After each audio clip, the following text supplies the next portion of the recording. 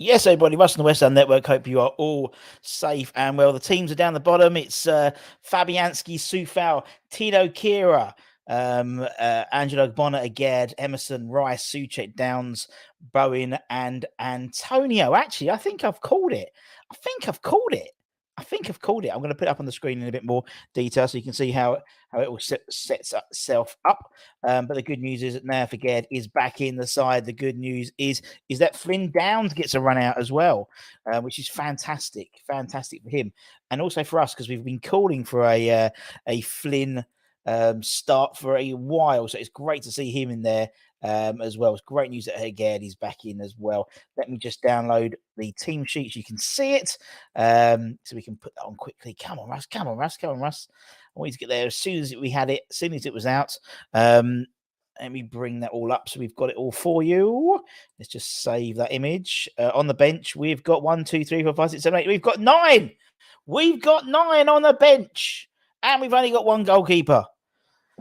Areola, Johnson, Cresswell, Scarmacca returns to the side. Fornals, Lanzini, Danny Ings, Ben Rama, and Casey, the centre-back, is on the bench as well. So that's fantastic. Very, very, very, very good. Very happy with that as well. Let's just bring up the screen so we can put it on so everyone can see it. But yeah, good. I mean, it's probably the best side we can put out really at the moment, I think.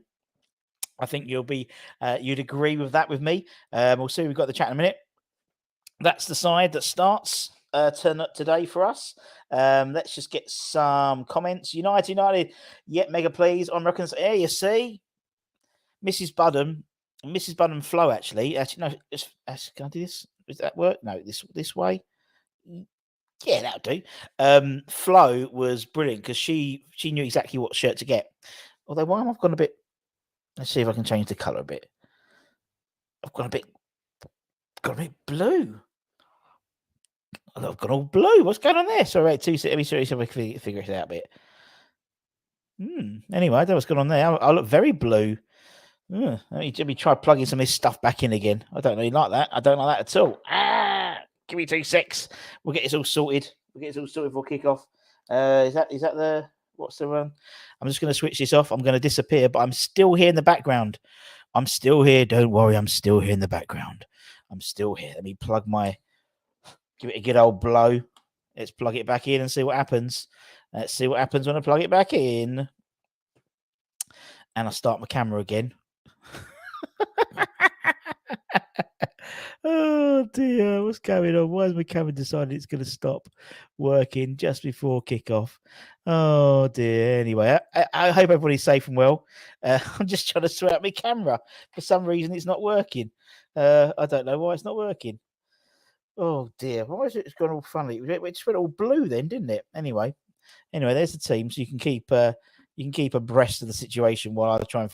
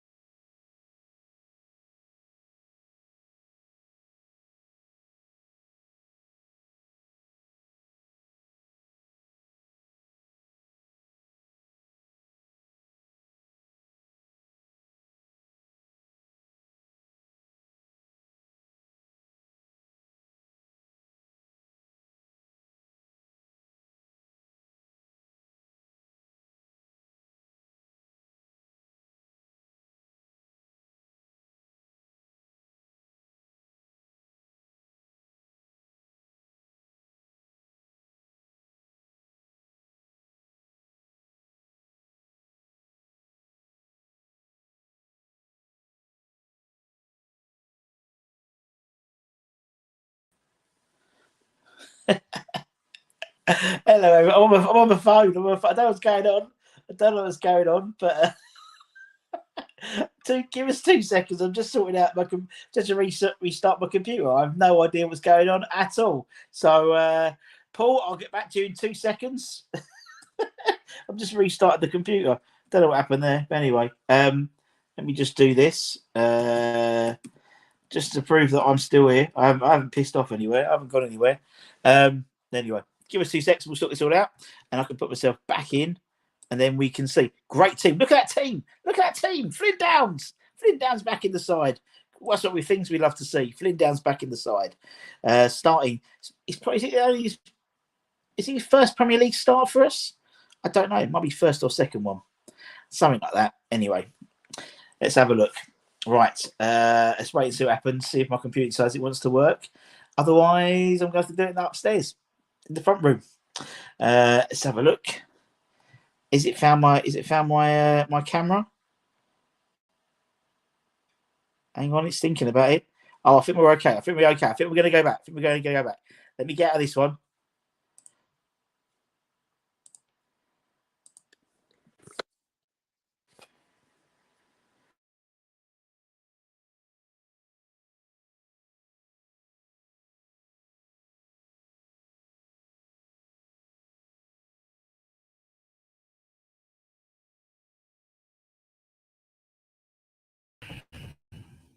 Hey, we're back. We're back. Oh my giddy up. What the hell was that? What was that? What the hell was that? Oh dear. Apologies about that. But anyway, I won't touch my camera again. There's a lesson learned there. Never touch your camera when you're live. What an idiot. What an idiot. Anyway. Let's have a look outside. As I said, we've only got one goalkeeper on the bench as well. What's going on? Unbelievable. Ariola back in the starting lineup on the starting squad.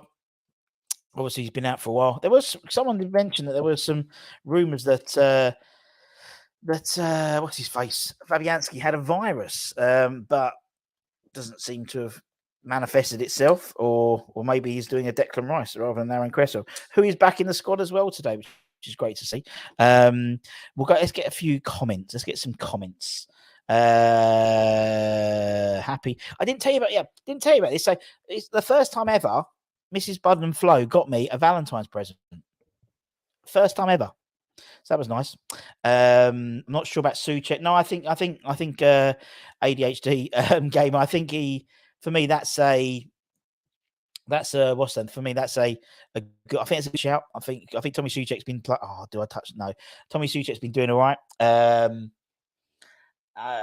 When he's come on, I think he's done well. And I think without Paqueta, I think you've got that. And also, don't forget they haven't got Lloris playing. They've got Peter Forster, who's just a bit more height, a bit more aggression in terms of the midfield. So obviously Paqueta, like it is, he'll be out for a little bit of time, unfortunately. Will old Lucas Paqueta, by the looks of it. I had to wait ages for big boys. Yeah. Me too. Had to wait for the old big boy sizes to turn up. Mark, hope you're well. Russ, what is name Etsy store? Because I was looking for the Irons top. Yes, and I think someone else mentioned that as well in the chat. Just search a West Ham network, and it should be in there. We've put loads, and GP asked for the mugs, and the mugs are in there as well. So the mugs are there. There's Irons, there's Come On You Are, there's COII, there's Oggy, there's Cotty, there's loads of them. Noble. We just did loads of them because it's a simple device. There we go. Again, he's more of a Dawson than a Cornet. Certainly, isn't he? If he's fit, he's in. If he's and obviously he's had this scan when it was only minor damage, so he's in, and yeah. If he was fit, he'd be playing, and I think that was the consensus. If he was going to be fit, he'd be playing. So there we go. More starts than you, mate. Totally agree, my friend. Good luck to him. I hope. I really Flynn Downs one's a great one. I think for me, big fan of Flynn. And hopefully he can do the biz. Hopefully he can do the biz. And I think that sort of really shores up that midfield a little bit. Do you know what I mean? Because we haven't had we need that sort of, what's the best way to describe it? Sort of that midfield is going to be a bit of a battlefield, I think, to be honest. And so, that's, I think, getting Flynn in there is a good. It's not obviously the most attacking side. People out there saying, "Oh, I think needs must," and and obviously we've seen the rest of the side. We saw the side the other day. The games didn't go our favour yesterday. That's fair to say, but it's in our hand, isn't it? That's what I mean. We can't legislate for what else is going to happen on other sides, but for us, we can keep winning, keeping up points. I think we need a win today. Let me just bring up the Tottenham side. Tottenham are playing Fraser Forster disappearing today. There we go. Fraser Forster, he was deputising while Hugo Lloris is out injured. My internet's doing really slow things, obviously. It's been fine all day, but obviously because I'm online. So good day. Romero, Eric Dyer, Lingette. They've gone with Royale. They've gone for Skip because obviously Bentancur is out. Højbjerg, Davis, Kulusevski, Richarlison, and Harry Kane up front. Austin, Tanganga, Sanchez, Pedro, Porro, Sarr, Perisic, Danjuma, Boo, Lucas, and Son on the bench. Human Son on the bench there. So let me take this screen off and let's bring on a man you haven't seen for a while. You haven't seen him for a while. There he is. I remember you. Didn't you used to come on the show all the time and do your match attack and stuff like that? Oh, yeah. Better late than never. Yeah. Better late than never. Indeed. Thoughts for the lineup? I was just in the group chat. It's like, I see Sky have listed it the way they have, but I just don't believe that for a second. I don't believe Flynn Downs is playing left wing. Because what does that then say to Benrahma and Fornals, or maybe even like Danny Ings or Skamaka? Yeah, but no one else is going to play there, is it?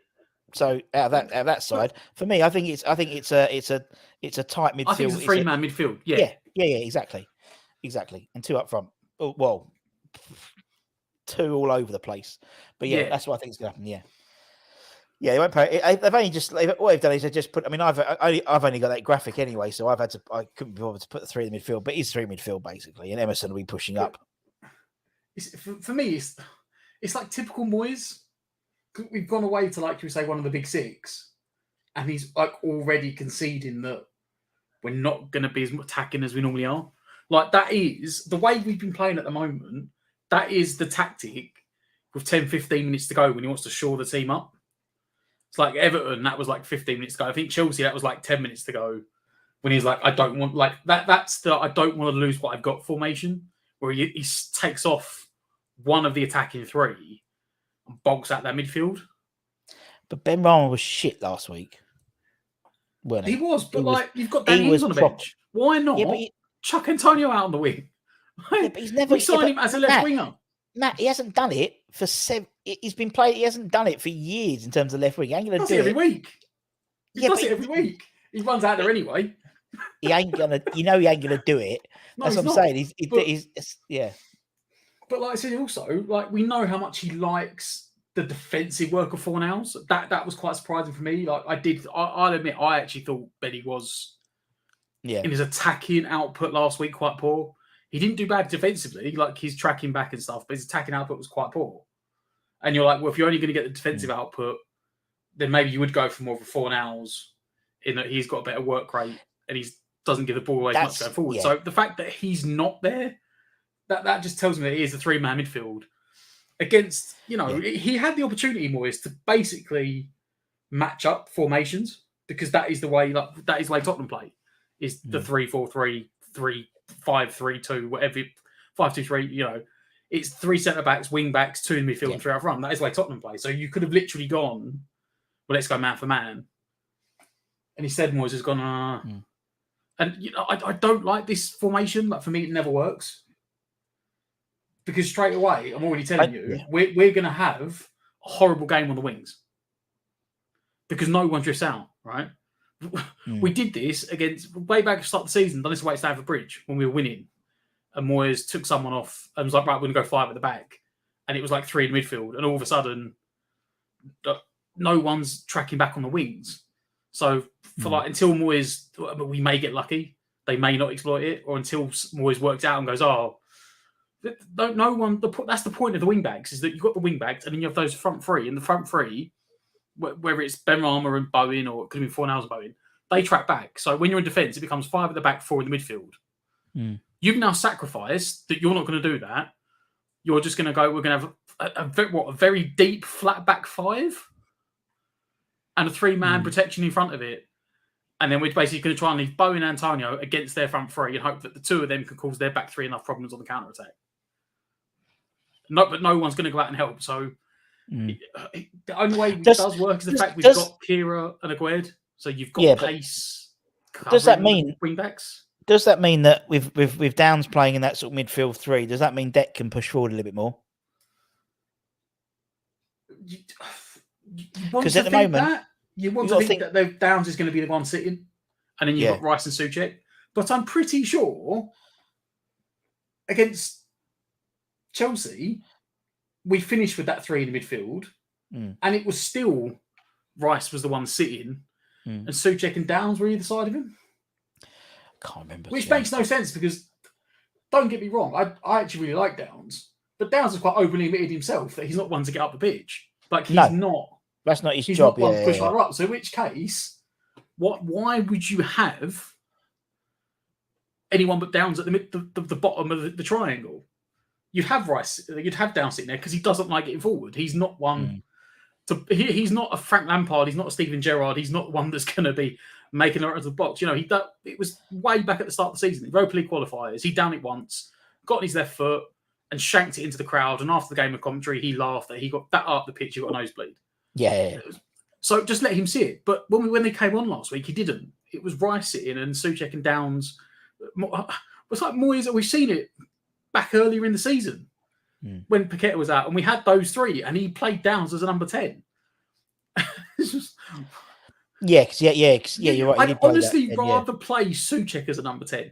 Like, honestly, because all he's going to do is just make late runs in the box and get his head on it. But you know what? It's going to offer more from that position than Downs would, because Downs wants to sit back and collect the ball. He is literally like a recycle the ball player. He will tackle it, win it, and he can pass it forward. That's what he wants to do. So you hope that is it. But I just got a feeling Moyes is going to put Rice in front of the back 3. And go, Rice, you sit there and run up and down, and we're going to have a really lopsided team, because Downs is going to be like sitting on one side, sort of lost. I think he's going for a smash and grab today, because if you look at the bench, we've got. Let's bring it up, because we've got the thing. Let's bring up the bench. So, for once we've got. Let's go full screen. Actually, for once we've got only one goalkeeper on the bench, which helps. And Areola back from his illness. Johnson, Cresswell, Skamaka's back in the side. Fornals, Lanzini, Ings, Benrahma, and Casey, the centre back as well from the under 23s. So that's the one I didn't know. Okay. Oh, you see, fucking idiot. I've said my academy knowledge is not great. I'm not going to lie. You need to get you down to rush. Great. So that's why you're there. That's why I don't know, but it takes one to know one. It's like bench wise, we have got. That's probably one of our strongest benches we've had for a long time. There's options there. There is Scott Maka. There is Ings. We cannot. You're going to laugh when I say this, right? We cannot get a balanced team. Because if you look at that team, right, you've essentially got 3. You said Casey's a centre back, right? So you've got 3 defensive players, and then you've got like 5 out and out attackers. And it seems to be our bench is either we've got like 7 defenders on the bench and no attackers, and now it's just like it's just all attackers. Because honestly, Lanzini and Fornals, Lanzini's a number 10. That's all we can really play these days. Yeah. he can play a deep line role, but you cannot do it against Tottenham. You want to do it against a team where it's going to be they're going to sit back and give you the ball. So he's basically number 10. Fornals is number 10 or a winger. Ben Rama is a number 10 or a winger. Two centre forwards on the bench. I mean, two first team centre forwards on the bench, not academy players on the bench. Yeah. How many years do we have to roll back the clock to have two actual centre forwards on the bench? No, I can't. I honestly can't remember. And they're going to get a guaranteed of about 12 minutes combined in the game. Well, we know that, right? We know he did say that Scamacca would be on the bench getting minutes, and I think everyone thought, well, yeah, fair enough. And he actually is true to his word for once, and everything. But I mean, but also you got to think about it. That back five is reasonably settled now.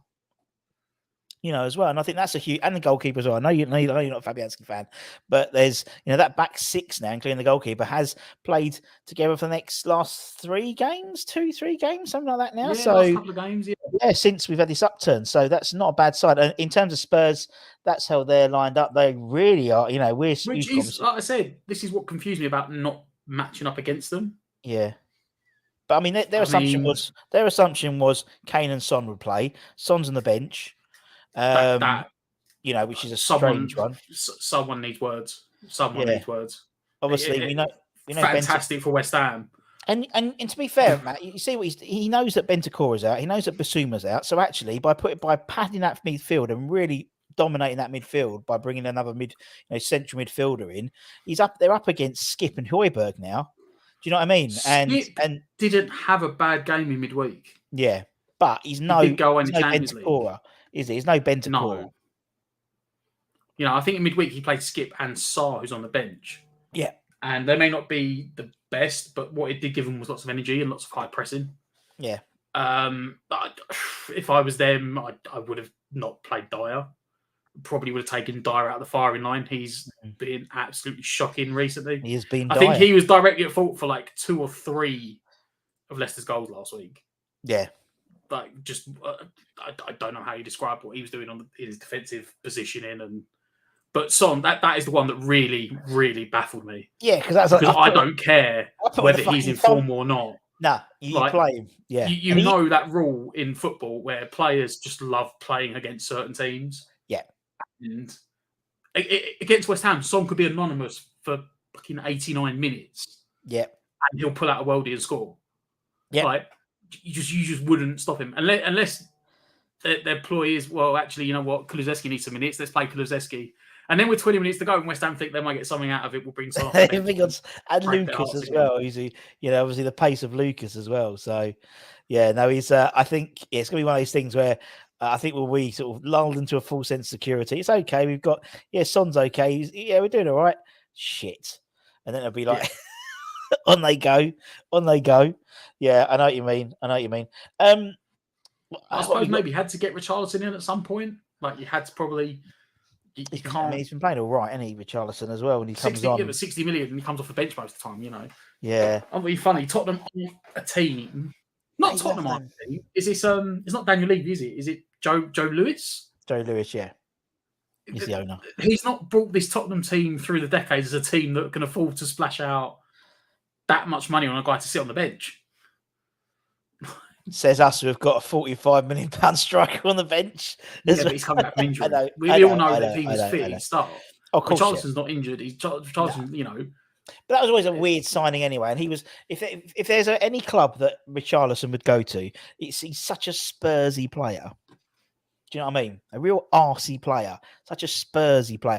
And someone made a good point in the chat up above.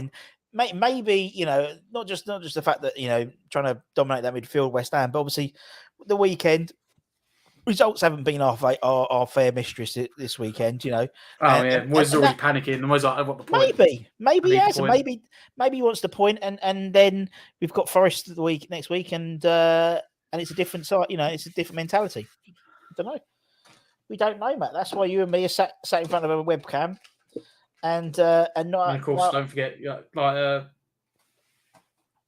got this man's on the bench as well. Which man? Dan Juma. Oh yeah. And another ready to come back up, Moyes. Another Spursy signing, isn't he? He's a right. You know what? He's a quick winger, and Spurs love having quick wingers. And I don't understand, right? I know this might be like the Football Manager or the FIFA generation, or whatever, right? But I cannot for the life of me understand how you can be a manager in the Premier League and like not have pacey wingers. A league that is built, it has developed over time, but there's always sways of playing styles. And there was the Mourinho era at Chelsea, where it was all built on who had the best defence won the title. And then sort of Pep come through, and it was like, oh, you had to have the ball all the time. And then Klopp come through, and it was like, actually, you need to press high. The one thing that seems to have stuck throughout all of it is that you need pace on the wings. You need pace, whether it's centre forwards or wingers. You need pace to cause problems going the opposite direction. And we've basically got Antonio, who's a winger that's been shoved up front for 3 years. That's a winger. He's got pace, but he's starting to lose. Well, he's not losing it, but he's going to lose it at some point because he's getting on a bit now. And then you've basically got Cornet, who's had the world's biggest mystery illness for. Yeah, but apparently he got a hamstring injury 6 months ago and was like, I'll be out for 3 weeks. Yeah, but he's back at Rush Green on Monday. There we go. We don't have pace, whereas Tottenham do always have pace. I mean, even he didn't do it for long, but even that Steven Bergwijn, I think, went back to Holland. Good player, great player. You're right. They've always that's what they sort of. Yeah, we've never really had, especially for a team for a manager like Moyes that builds so much of his team on counter-attack. You need combative ball retaining players in the middle, a la Rice, who check downs. Yeah. He wants one sort of number 10 that's going to unlock a defence, basically Benny Fornals or Paqueta. He wants a mobile target man up front, which is an Antonio or a Scamacca. Yeah. He'll have someone come off the bench that can nick a goal out of nothing, which is Danny Ings. And then he has pace on the wings. He plays 4 at the back normally, and he has pace on the wings. But we don't have it. Like, he just bought one winger, was like Cornet, and was like, that's the only fast winger he's bought since he come here. Yeah. Like, it's like we're immune. It's like when your Football Manager, when you send that you give the scout the stats of what you want. It's like, what sort of player do you want? And it's like, do not look at pace. Just don't look. Yeah. but yeah, I know what you mean. I know it's a weird thing because it's like you think, the way we're set up is particularly at the moment, and we have been for the last 2 and a bit years, sort of like this, nick the odd goal on the counter attack, and you think, well, I think with someone like Cornet. I mean, Cornet's got genuine pace, but he's bloody injured. We saw a bit at the start of the season. Yeah, we thought actually this connection up with Scamacca, and you thought, yeah. And then he got injured for a bit. Then Scamacca got injured for a bit, and then he was like, "Oh, I'm out for 3 weeks with a hamstring, or was it a quad or something?" And it was like, "Oh no, this is a twice in 25-year injury or so." Yeah, once in 25. Yeah. In some ways, I see now. I look at it, and I think, has that worked? Because would he get in? I would say he would. I would say if he was fit, like even today he was fit. Like I wouldn't play Souček, and I'd had Cornet out on the wing and played Downs and Rice as midfield too. Yeah. But would Moyes play him as a left wing back? Like he bought him to play on the left wing. So, well, apparently Moyes has always said he was brought in as a forward player. So that's sort of curtails that. I know what you mean though. I just think again it's the whole thing with what's his face with Aged. If we had Aged since at the beginning of the season, we wouldn't be in this problem. We wouldn't be sort of riding high. We wouldn't be in the top 4 or 5. We'd probably be about near mid-table. Yeah, probably at 8th, 9th, 10th, I reckon. And I think for me, it's the same true with Cornet. I think if we had Cornet in the side, the style of football, the way we play, it'd be a lot more quicker. It'll be a lot more, counter-attacking, but a lot more with penetration. Because what happens is we go on the counter-attack and then we run a little bit and then there's no one up front. So we turn around and go back again. And it's like, that's totally just blown the whole point of what we're trying to do. Well, let's get some comments. Who is Kaylee Casey? Yeah, centre back. You are Scott. Yeah, very good. Under 21 player. One of the ones they're looking to bring through by all accounts in terms of a pathway. So, yeah. So that's good to see him on there. And Barmer must be seeing Ings and Scamacca on the bench and thinking, I'll be off soon. I don't think so, Mandy. He's 18, and I think he knows what's in front of him. At the end of the day, to be fair, it is. You're talking what 50 million, 40, 45, 50 million pounds worth of strikers in front of him. Yeah, like you can't. And in fairness, you know what? Sounds like maybe Antonio may go in the summer. So is it a case of Antonio goes, and then Skamaka moves up to the starting role, and then you have Ings and Mbama on the bench? Does he then take that Antonio spot on the bench? Quite possibly, isn't it? Quite possibly. I think that's the thing. I think this year's a bit of a discovery season for Mbama. I think it's this really, to be honest. He'll get the odd minutes here, he'll get the odd minutes there. But as you said, next year, I mean, will he get sent out on loan? Because in some ways, not playing can be detrimental. Even if you look at, dare say, it's someone like Harry Kane. He had quite a few loans at Tottenham in the Championship before he got his chance. He did. I mean, Orient. He went to Millwall, didn't he, as well? I mean, I think and we've spoken loads, and we've read loads about people saying like proper like footballers are saying just go out on loan if you get an opportunity to get the game time, get the reps in, and I think he could. I think next year, I think he would either. I think it'd be a good pre-season for him, and I think they'd make a decision there and see what's about as well, because there's so much out there. If anyone wants to understand what it's like, I don't know if anyone has seen it, or if you've listened to it or you haven't, but Mark Noble was just on last week, on Ben Foster's podcast. Yes, he was. And you know what? For all the uproar we all had about all these academy players that got sold in January, it was like the four of them, Noble signed off on it. Noble was like, they're not good enough to play for West Ham. They're not going to get the playing time. We owe them a career. We've let them go.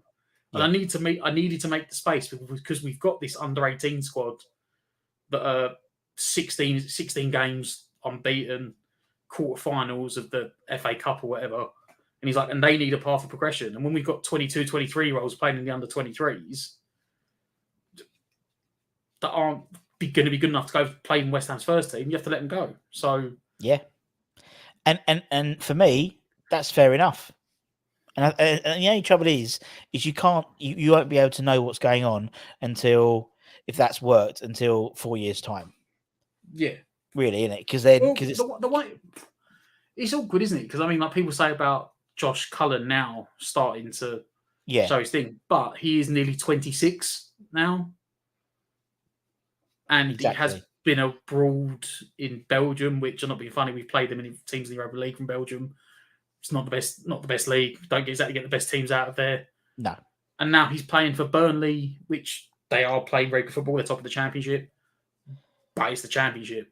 Yeah. And we have seen a lot of times over the years that teams have dominated the Championship, come up, and gone straight back down. So it's. Don't forget as well is with the whole thing with Cullen. He wouldn't be in that situation. He would be playing it for Burnley if Company hadn't gone to Burnley. He'd still be probably wouldn't he? So because Company was there. The only reason he went to Burnley is Company pulled him with him. Yeah, so that's a function of what's happened. So I don't think and as you said, he's 26. We couldn't. He wasn't going to get in the first team. He wasn't going to upset. He wasn't going to get in front of Rice. He wasn't going to get in front of Noble at the time, was he? So he had to go. And so I think the same thing will happen with Connor Coventry, and he might end up being a very good League One Championship player. I don't think he's a Premiership player, but I think he could be a good Championship player. And then maybe the side he plays gets promoted, and he is a Premiership, proper Premier League player again. And I think obviously this 18s team is so good that they want to make sure, and it sort of obviously they're in the quarterfinals, the last quarterfinals they've been in since. Is it last 15 years or something like that? We've been in the quarterfinals of the FA Cup. We're playing Ipswich as well, so the chances are we're going to hopefully win that game. And obviously, last time we won the FA Youth Cup was '99 with Joe Cole, Michael Carrick, and obviously at the moment, at the time, they were youngster or Joe Cole. Everyone knew Joe Cole, but the likes of Carrick, not many people had heard of him. And actually, I think every one of them went on to play. Professional football, obviously. Richie Garcia played for us. Stephen Bywater played for us. Adam Newton was a youth team player. Obviously, didn't make it into Izzy Ickpen. He had a very good career outside of West Ham. So, they see parallels to that, I think. So, and again, we can't see what happens until they're fully established, until they've got 50 Premier League games or 50, West Ham first team appearances under their belt, which won't happen for the next 3 years, probably. I mean, Ben Johnson now, he's just about getting there now, but even he's not regular. It's one of those things where it's a great balancing act, I think, in terms of how you can develop the youth. And obviously, Mbama Divine gets a Premier League start this year. Not start, but he's got minutes in the Premier League this year. Good on him. It's not thing many. It's very rare for a player to leave a Premier League team by the age of 22, 23, go away, and then come back and make it to Premier League. I mean, even if you look at Stanislas. Yeah. Again. Bournemouth. Yeah. I think he's still at Bournemouth. Yeah, he is. As far as I remember. Yeah. He was on the bench. He doesn't really start for them. No, he was on the bench the other day when they came to us, wasn't he? I think he was on the still bench. don't like saying it, but you look at some of the players we've let go, right? Gakia. Yeah. Watford.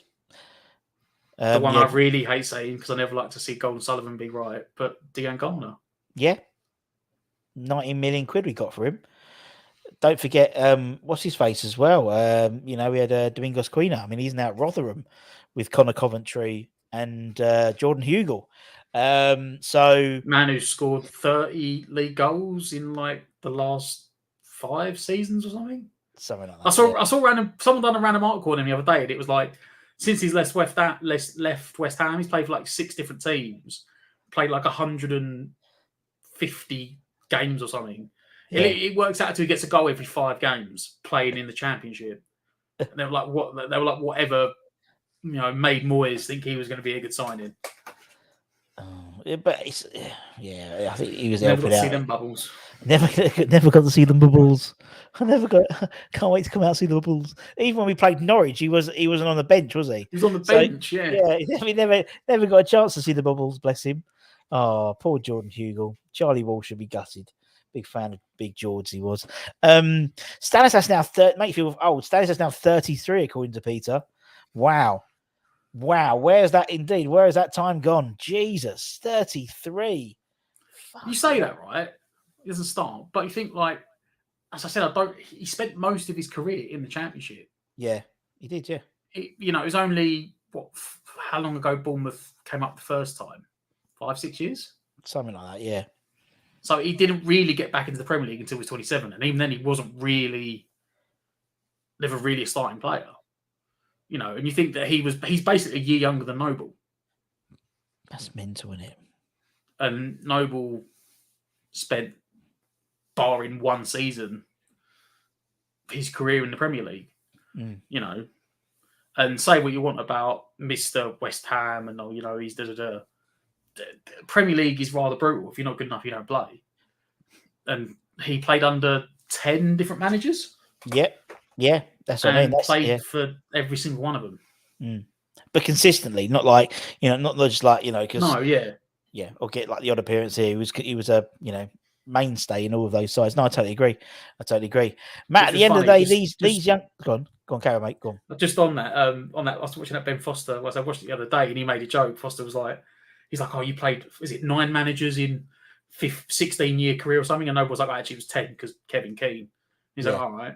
And he goes, you don't understand. He's like, I played for, is it in my last, I think it was like in my last 4 years at Watford, I played for like 9 managers.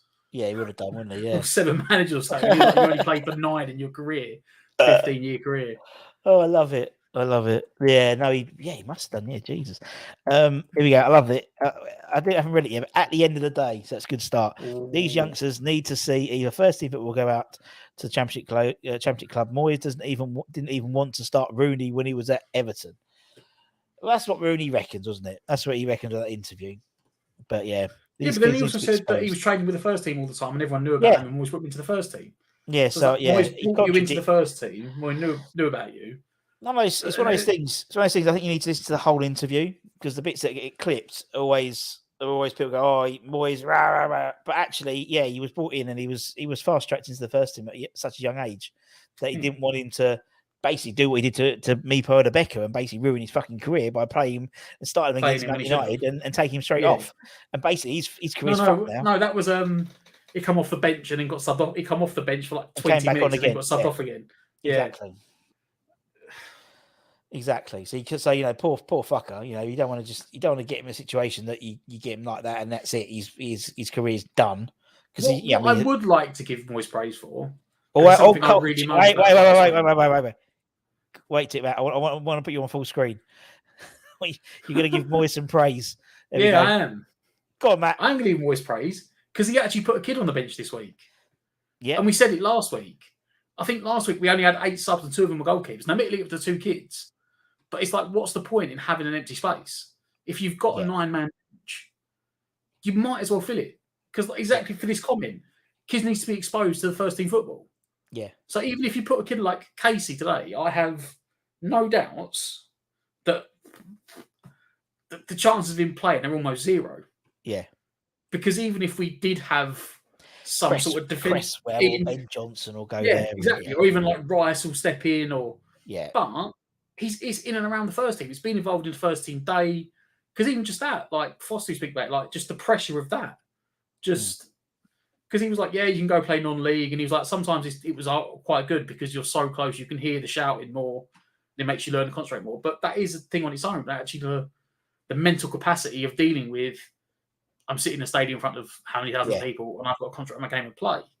So even if he's just sitting on the bench and warming up, like just warming up, he's still going to be getting pelters from, especially like a derby, he's still probably going to be getting a couple of pelters from Tottenham fans, like, who the fucking hell are you? Of course he is, exactly. Go on, go to bed. Last week he gave us eight players, I think it was 8 subs, and so with 1 sub short. It's like, what's the point? Yeah, at least this week there is one on the bench. Yeah, that was a strange thing because obviously you can see, I got the understanding. I know why, because obviously Crest phoned in sick basically pretty much on the day. Still, you down the road, these kids, they could just turn up, with their boots or whatever. It's exactly like it's a home game. It's not exactly that they're far. It's like no, it's not. It's not like they were playing, and it's not like we're playing frigging Newcastle, and then Creswell's in the team hotel, and then gone. Oh, do you know what, lads?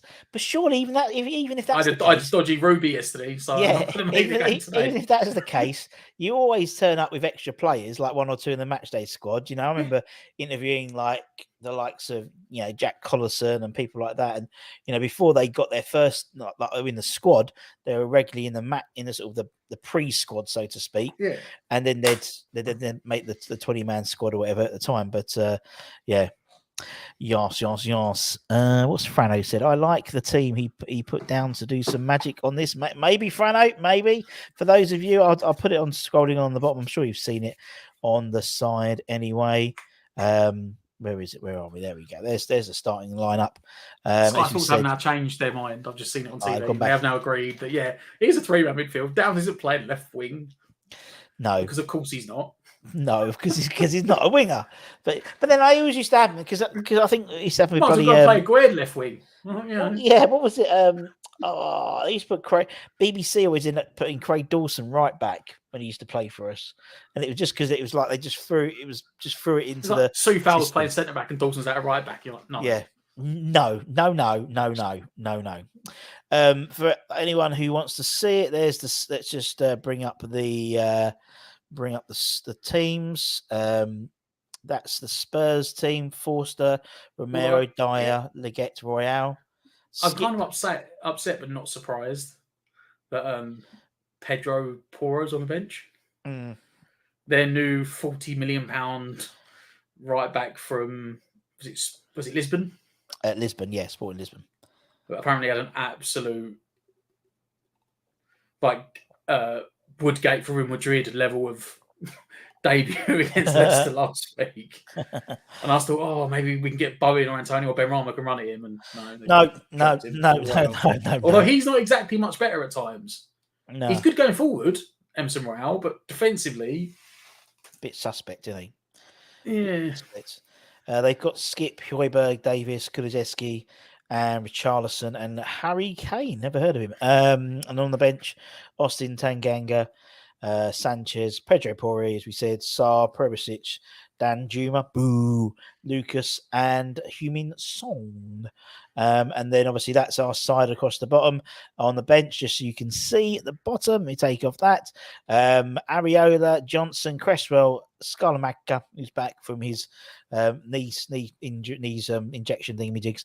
Fornals, Lanzini, Danny Ings, Ben Rama, and Casey, as we were saying, the young centre back. So, and actually, you're right. It's fair play him putting Casey in there. He could have gone in with Mbama, for example, but he's gone in with Casey. So, just to give us that another centre back option, I suppose, as you said, if you had Divine in there, that's another striker rather than necessarily a centre back option. Yeah, I'm all right with that. I think to be honest, based on what we got at the moment, we know Zuma's out, Cornet's out, we know Paqueta's out as sort of the three mainstays. Obviously, arguably they'd probably all three of them would go straight into this side, I'd suggest. Bono would be replaced by Zuma, possibly, Paqueta for Souček, and Cornet for Downs, for example, and they'd play back to the two and the one. So, three first teamers are still out. But yeah, I think it's probably the best we can do, to be honest, I think. And the options of Scarmaker and stuff on the bench. Now it's time to start making corners work. Indeed. Yeah, they're a bit suspect from them. They're not great from set pieces, Tottenham. No. And we're bloody good at defending them. I don't want to say anything. No, don't want to give it the old Sky, because Sky will say will put the stat up of how many we have not conceded a goal. Was it last week or the week before when it was all on TV? A Newcastle game, wasn't it? Yeah, in the 100. They were like, "Oh, West Ham have had 99, and here's the next corner." And I was like, "Really? Yeah. And I think we're still there. So I think we've only conceded one set piece goal, and that's been a free kick. I think all year. All of our goals have been conceded in open play. So. Yeah, it'd be nice to score a fucking corner or something like that again. Be lovely. Well, we scored against Newcastle, didn't we? And I was like, I think that's the first one this season.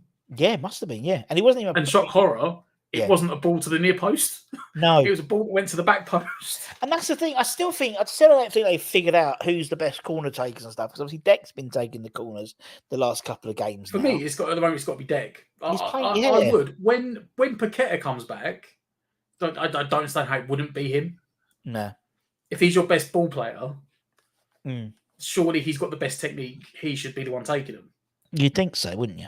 But Deck seems to be the only person capable of hitting a ball beyond, like, I don't know what the distance is from the corner spot to the front post. Is it like 25 yards or something? Something like that, yeah. But like, no one can get the ball beyond that in the air. Like, it doesn't matter who takes it. Everyone else just hits that front post, which was great about 2 years ago.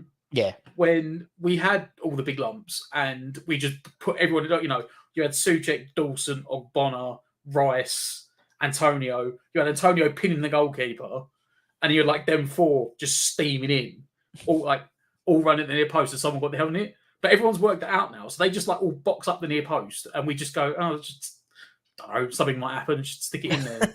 I don't know. It was a couple of games back. I don't know what game it was. I don't know if it was a game after Christmas, but we had like a corner kick, and like Paqueta, I think Paqueta had gone off and like Ben Rama had gone off. And everyone was like standing around like, who's taking the corner? And Rice just run over.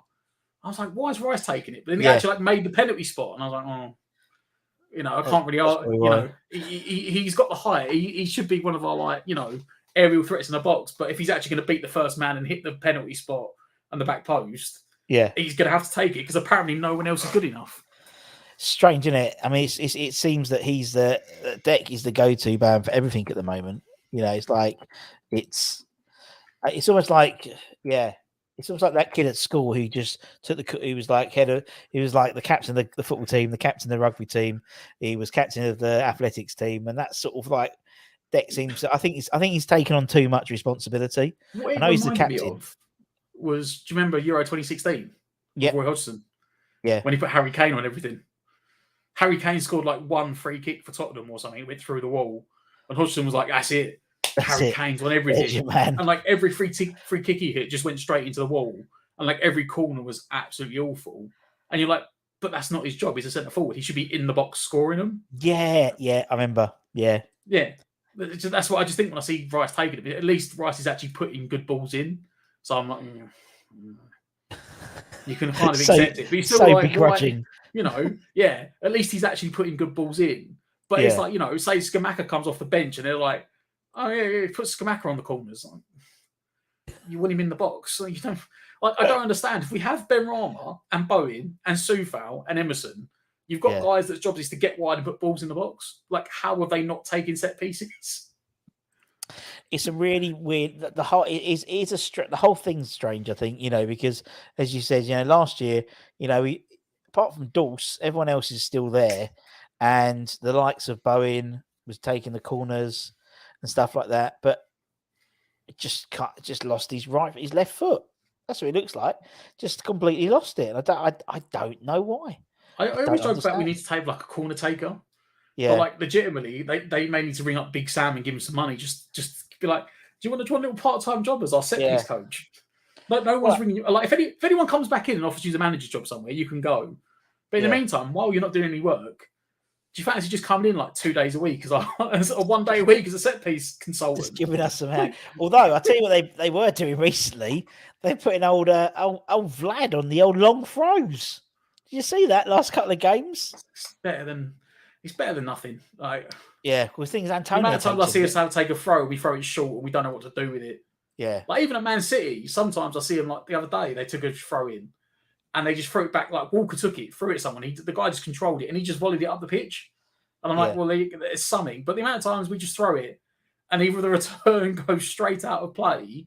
Because the thing is, they don't throw it at the feet. They throw it like a couple of yards and aiming for the knee. So you have that. We just throw it at someone's foot. Well, there you go. Deal with it. Unless we're throwing it to Antonio down the line. In which case, Antonio's not going to win it. There's no one around him. He's literally on his own, marked by like 3 players. And he's just like, there you go, Mick, do something with it.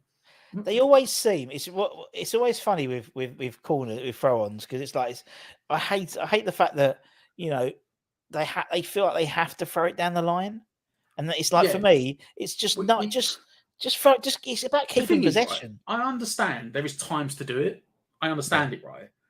But also there is times when you can take a quick throw in, right? If we've been putting the team under pressure and they hoof it up to the halfway line. And Johnson or Soufal's nearest guy near it, he doesn't have to pick it up and go, oh, actually, no, I better wait because, it's on the halfway line. So that's Bowen's job. I put the ball down and walk away. And everyone comes back up the pitch. And it's like, right, now throw it to Antonio. And then we give the ball away. It's like, no, if there's no one around you, you can just throw it backwards. Just throw it backwards to someone else. Don't wait for them to all come up and put us under pressure. If one guy comes up, just throw it over the top of him to the defender standing behind him. It's like you said, they're compelled. Yeah. Like, no, we have to wait. We have to wait for Mickey to come over. Then we have to throw it down the line. And he's like, why? He's like, fucking hell, come on. All the time. But for me, it's like, because if you watch some really good, teams, like Barcelona always used to do it. They would just throw it back to the centre back and start from the back. It's about maintaining the possession. I did see it. I think the Chelsea game, I did see like Soufal do it at one point. Yeah. Where he's looking down the line. He turned up and he launched it about 30 yards, like to a Rice or Bonner in the middle of the pitch. And I was like, wow. I didn't know we was allowed to do that throw-in. Like, we've never done that before. It's like someone just decided, oh, you know what? I'm not throwing it down the line. Like a little petulant school child. It's just had enough. I've had enough of you. I'm doing what I want. And you could just imagine Moyes get absolutely sick at him for doing it. Like, what are you doing? We're going on the line. Like old school Big Sam Sunday League manager after the game, like throwing his bottle about. And we had that throw in halfway through the half, and you didn't throw it down the line. We kept possession. That doesn't matter. Doesn't matter. Yeah. You do what I say you do. Yeah. 4 fucking 2. I know what you mean. We haven't got long to go. 4 minutes until kickoff. All right, let's get with 4 minutes to go. Let's get the predictions in. Let's get some score predictions in, peeps. What are you thinking about today? We've obviously seen the size. We've been speaking about it for the last 50 odd minutes.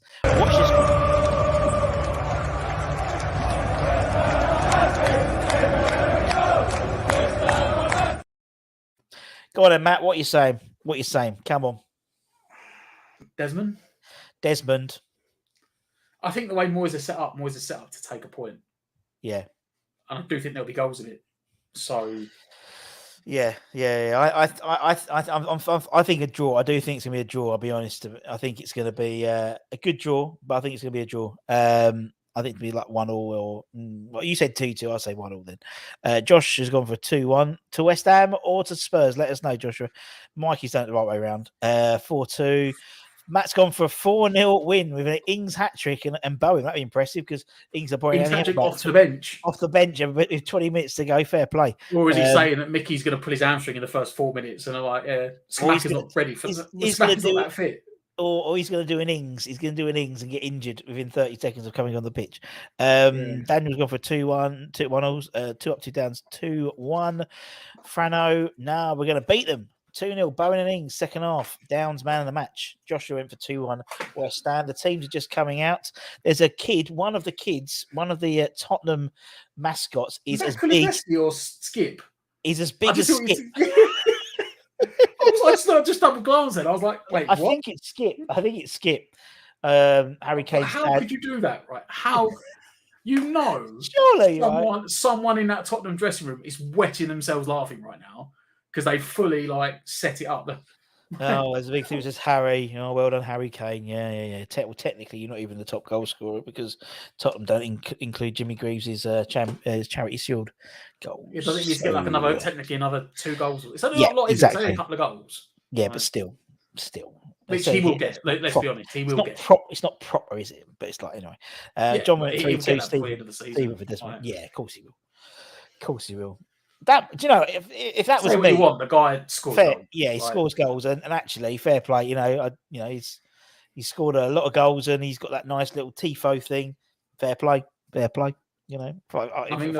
talking about him in work the other day because he's only got a year left in the summer, hasn't he? Yeah. And I was saying, legitimately, take rivalries aside, I was like, he needs to go somewhere else. Of course he does. Yeah. He is one of the best centre forwards in Premier League history. Like his goal tally, if he stays in the Premier League, I think he will beat Alan Shearer's record, right?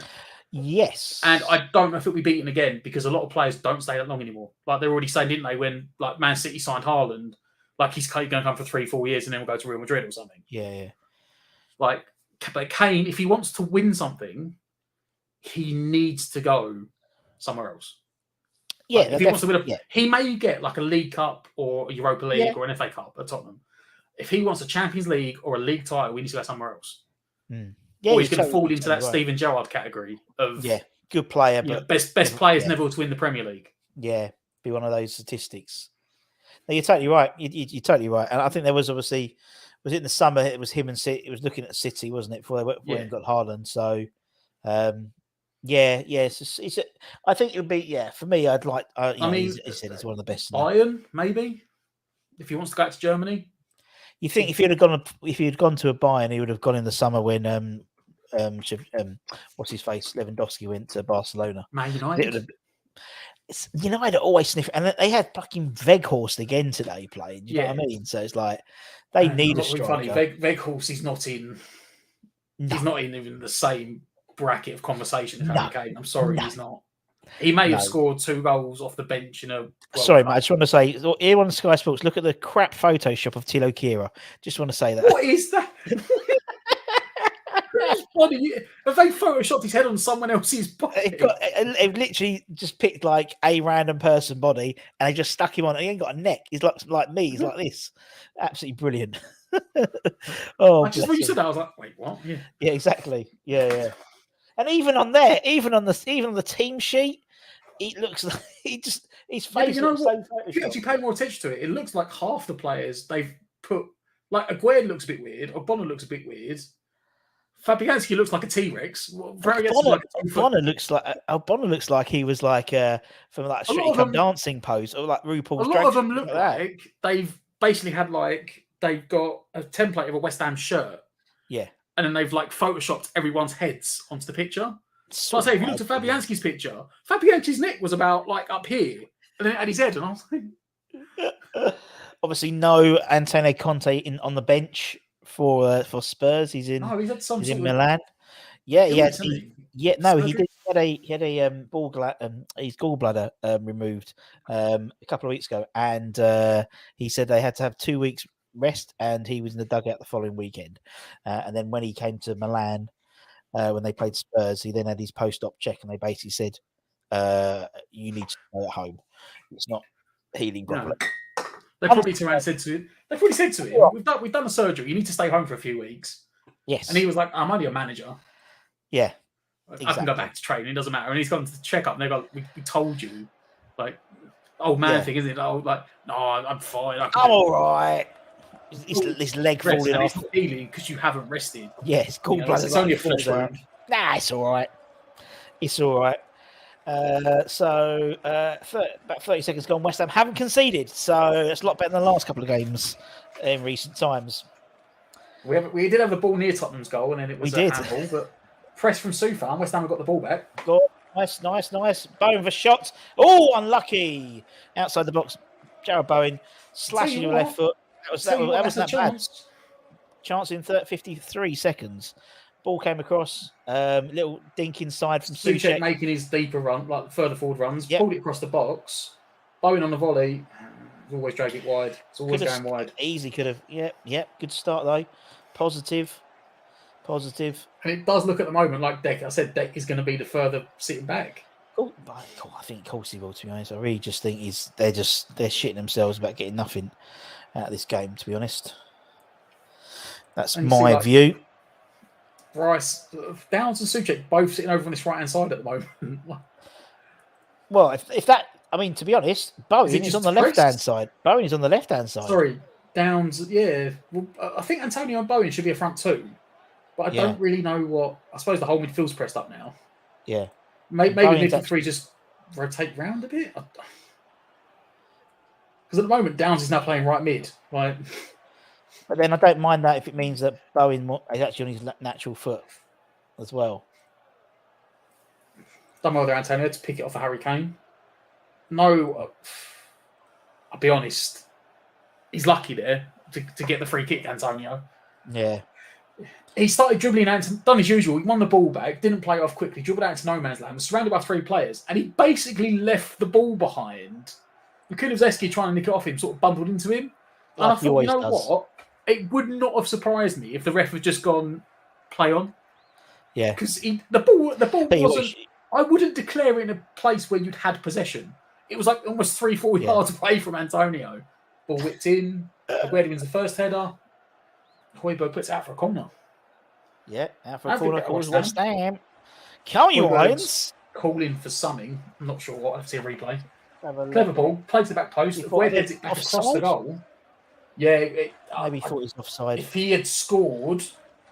That would have gone to VR. Yeah, I reckon it would have been offside. But no one picked up Aguero. Technically, we call, for the second ball headed back across goal. Declan Rice to take the corner. Doesn't get past the first man, as you said. Doesn't beat the first man. I've just spent an hour bigging him up, and he's just absolutely embarrassed me with the first one. And then gives away a free kick as well. Cheers, Deck. I've just spent 20 minutes saying, yeah, you know what? I can't argue. At least he beats the first man, and the first one straight to the first man. First corner, doesn't he? The first man. Football's a lovely game. That's two. Romero's down as well. They got two people down. Kulusevski and Romero are both down. Although Romero's getting back up. Well, I don't know. Probably. Yeah. I think that's probably smacked. Probs. Anyone wonders where the fuck Anton is? He's actually organised his son's christening on the day where West Ham play Tottenham. Anyway, there you go. He didn't realise. He was gutted, absolutely gutted, bless him. Oh dear! It's like, God. Yeah, Romero was down because he headed the back of Richarlison. Lovely.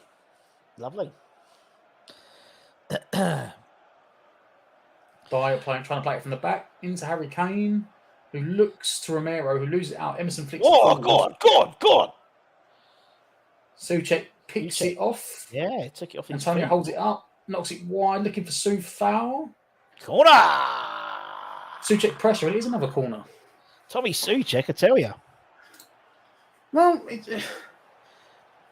we spoke about this 18 months ago, didn't we? And we said that, unless Rice is going to get more goals than Souček, you need to have Souček go forward. Yeah. And it's like Moyes has persisted with this for like almost up to Christmas, basically for 18 months. And then he's got a deck. You're leaving in the summer. This isn't working. You're clearly not going to be playing attacking anywhere else. Wherever you go, you're going to play holdings. So just sit there for 6 months and let Souček run. And then you can go somewhere else. Rice.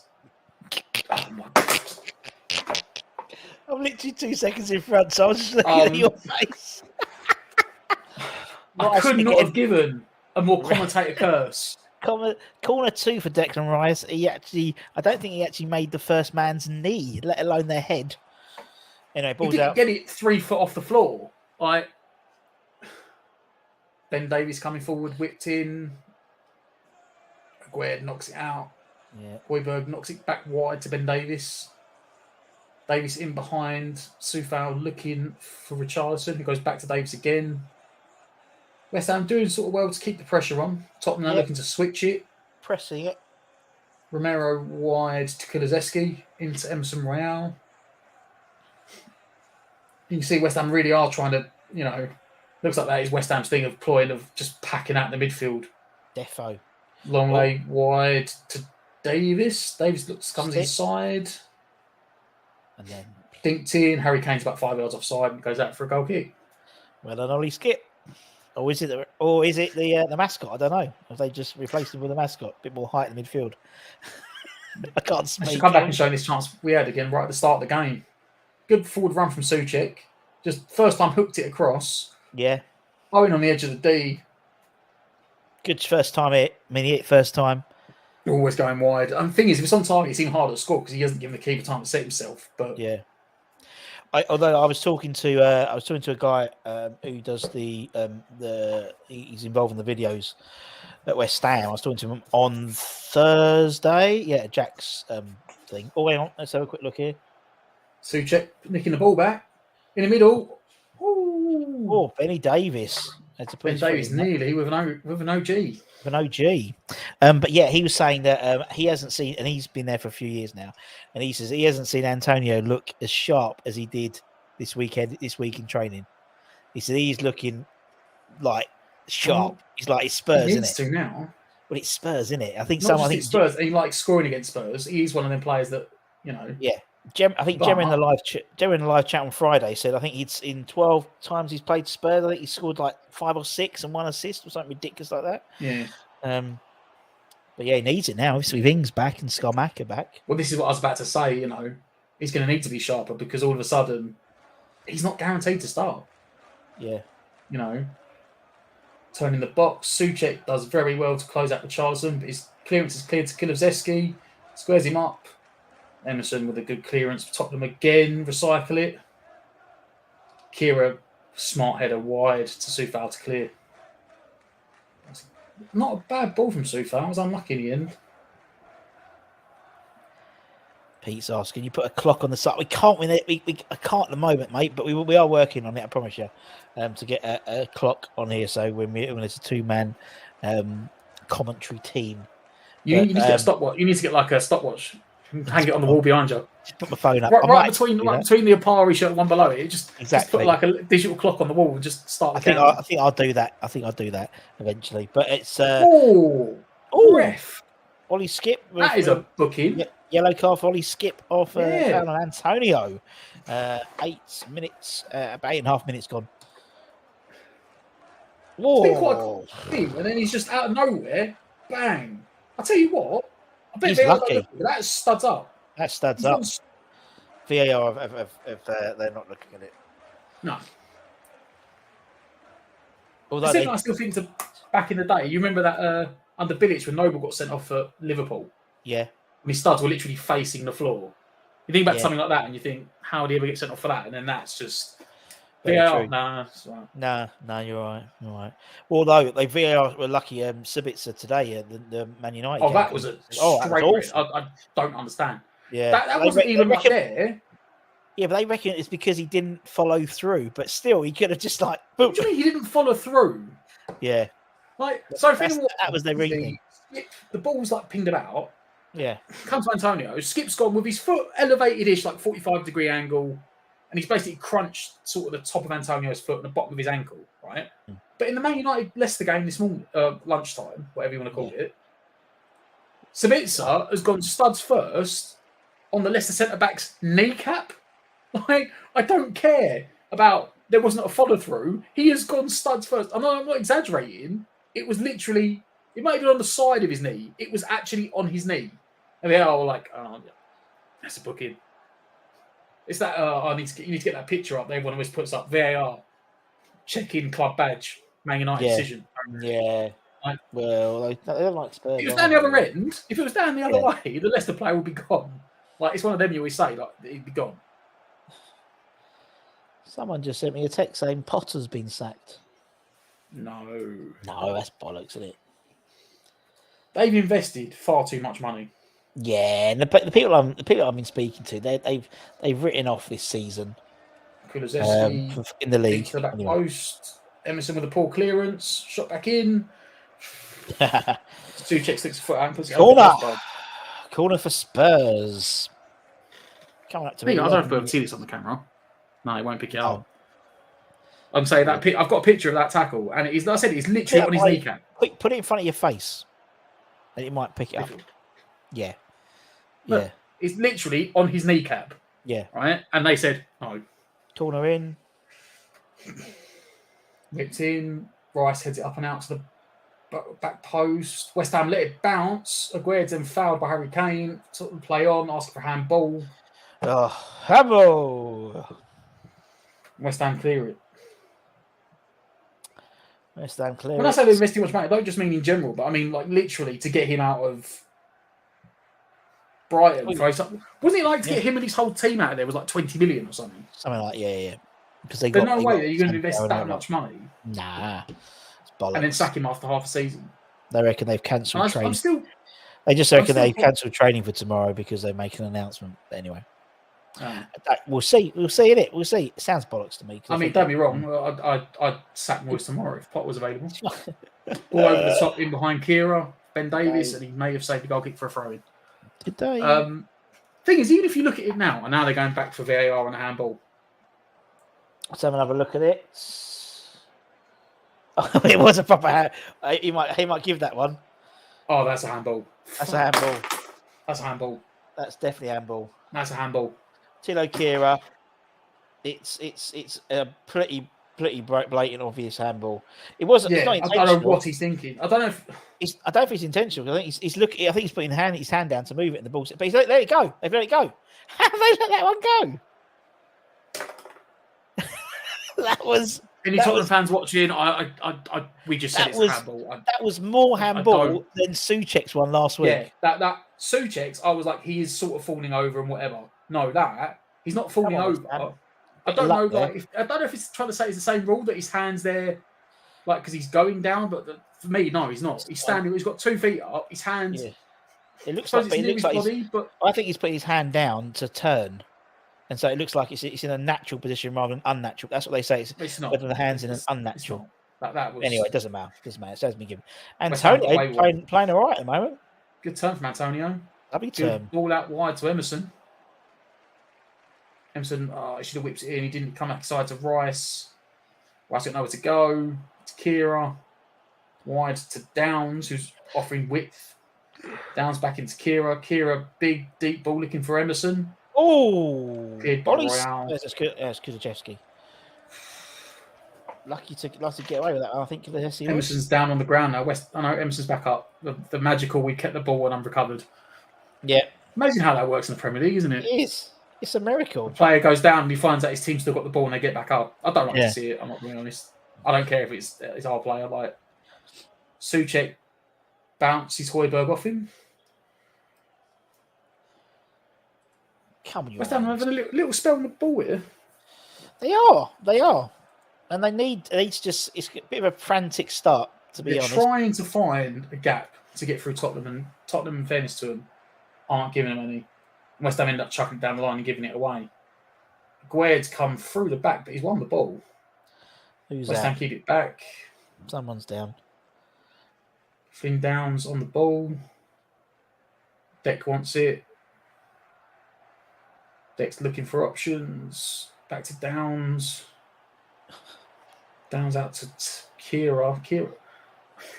I said, we're trying to find a gap, right? And one thing I would say about an Antonio Conte team is normally, I know they make individual mistakes, but normally, another big tackle and another big tackle. Højbjerg in on Downs. They're normally difficult to break down. I don't know what happened last week against Leicester. Yeah. But normally Antonio Conte teams, one thing you'll get is that they're very well drilled in the lines. They won't. They're showing this again, right? I haven't got sound. I don't know if you can tell me what they've just said, but I don't understand how that's not a penalty. Nah, I don't get it. And this is a West Ham fan in a Tottenham derby, and I don't understand how that's not a penalty. Because if Tilo Kehrer doesn't touch his hand on that ball, if I was a Tottenham fan, I'd be slagging off VAR at this time. Yeah, right. Because he hasn't moved his foot towards the ball; it's just his hand. If his hand doesn't touch it, it goes to Kane in the box. Yeah. So on that basis alone, I think it'd be a penalty. Kane whips it from deep. Rice blocks it. Richarlison gets there. Got there. For Fabianski. Put it through Fabianski's legs. He's calling for a corner. I think the ref gave a goal kick. But, yeah, it comes from deep. Played wide into Kane. Kane looked to whip it in. Yeah. Rice gets a block on it in front of Kulusevski. And then... It's almost like, it's really weird. Sort of, it just... One of them, Fabianski's left it like, it's going out, guys. He had the deflection, let it go. And then Richarlison was like, well, no, it's not. Got his foot on it. And it may have bounced through Fabianski's legs, may have hit Fabianski's legs. They're so close together, and it's hard to sort of differentiate. Ball over the top. Kiri deals with it quite easily. Bonner back to Soufal. Soufal, big lofty ball down the line, looking for Antonio. Dyer. Just get away with it, Tottenham. Kira back to Bonner. West Ham now. I don't know why, but it does seem to feel like at the moment it's a brilliant ball into Bowen. Bowen's looking for one of Antonio. Bowen looks to Such. Unlucky. He was unlucky there. Looks to Suchek in the middle. Unlucky. He used Antonio as a dummy run there, Bowen. I think he was just off anyway, but yeah, it was unlucky there. Brilliant ball from Emerson into Bowen. Bowen dropped deep to pick it up in space. He uses Antonio as a dummy run. Suchek was offside again, so thankfully he doesn't get a foot on it because I had enough of Suchek being offside last week and scoring. Don't know if I could deal with it 2 London derbies in a row. No. I'll give it another 90 minutes for that. I was just about to say, at the moment, it seems to be like Tottenham are playing the counter-attack and they're quite happy to do it. Yeah. Like, they're actually letting us have the ball, which I don't like because we don't do well with the ball. Trouble. That's how you combat West Ham. That's what you do. You let them have the ball. Kane from deep. Oggy with a big block. About 7.5 minutes ago, anyone who's not watching the game, about 7.5 gone. It's a great tackle. I don't like us having the ball. Like I said, Moyes has built a counter-attacking team. One ball through the lines. Kane nearly turns up Bonner. Aguerd into Downs. West Ham turn the ball over again. Emerson looks like he's getting on his bike. But Rice goes back the other way. Switches it to Kira. Soufal looks to try and pick out Antonio over the top. Tony looks for a flick onto Bowen. I don't get enough on it. Suchek. Whoa, big tackle, wins the ball back. Good tackle. Soufal whips it in. That's got no one. No. Stats just come up. 20 at West Ham at last. Have got 28% possession in the Tottenham, the attacking third, basically, and Tottenham got 20% in the West Ham's third. So basically, it's in the middle of the pitch. Pretty much happens every game. Another interception from Rice. And then it's just easy. And you know what? He's actually very good at doing that. Downs just taking the foul, and winning the free kick. Yeah, very, very like old school. Just he knows the foul's coming. Yeah. He's just like, rides it. We'll take the foul. Yeah, rather than and it is something. It's not a skill. It's just players don't do it. Well, they write things. They fly all over the place, don't they? Where Downs just knows. Yeah, I'm going to get fouled. Going to get clattered in. I'm going to take one for the team. That's a foul, Bowen. I don't know what you're trying to. Never going to pick Skip's pocket from behind him. Bowen on the left hand side, isn't he? He's weird. He's sort of. you don't like he's used to that. You know what I mean? It's like in defence, it's like a 5-man midfield. Yeah. Like when we're defending, it's almost like at times Bowen's expected to go play left mid and Downs is playing right mid. And then when we're attacked, that's poor West Ham. You've got to be for free and it's just one ball through. And then when we're attacking, then Bowen pushes further up and Downs tucks inside to make it midfield 3. It's a very weird and taxing formation for Bowen there. Like Bowen's not going to last 90 minutes playing 2 jobs. You know, like an old FIFA where the guy'd have like you go in his position and it'd be like you'd have like 4 or 5 like he can play these different positions or Football Manager. Yeah. It's literally like all right, yeah, Bowen, you're playing 2 positions at the same time here, so we can try and play with 12 men. Like you're going to play left mid in defence and then up front when we're attacking, and you've just got to make up the ground. Dyer just in Tottenham's half into Højbjerg, drops it back to Davis. In the middle to Skip. Back to Dyer. West Ham happy to let Tottenham have it just inside the run off. You know, sort of semi-engaging. Wide to Skip. Skip brings it forward. Goes wide to Ben Davis. Put pressure on Davis, but he does get the ball back to Skip. Skip gives it away to Soufal. Soufal gives it away to Lingley or Longley, whatever you pronounce it. Spurs cranking up a little bit at the moment, aren't they? They're trying to keep us penned in. They're trying to push up the pressure a bit. Yeah. Using the width.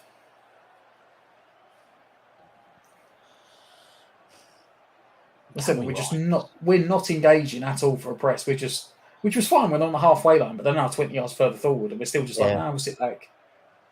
Richarlison turns Kira. Richarlison in the box. Soufal with a tackle. Richarlison. West Ham, Antonio, he just can't turn away. Dyer 30 yards out, wins the ball back. That's how high Tottenham are pressing right now. Emerson Royale on the edge of the box. Knocks it wide to Kulusevski. Højbjerg offering it. Kulusevski trying to get back on his left foot. Højbjerg looks to feed it back through to Kulusevski. Broke the lines. You can't break a Guerd. You can break the lines, but you can't break a Guerd, son.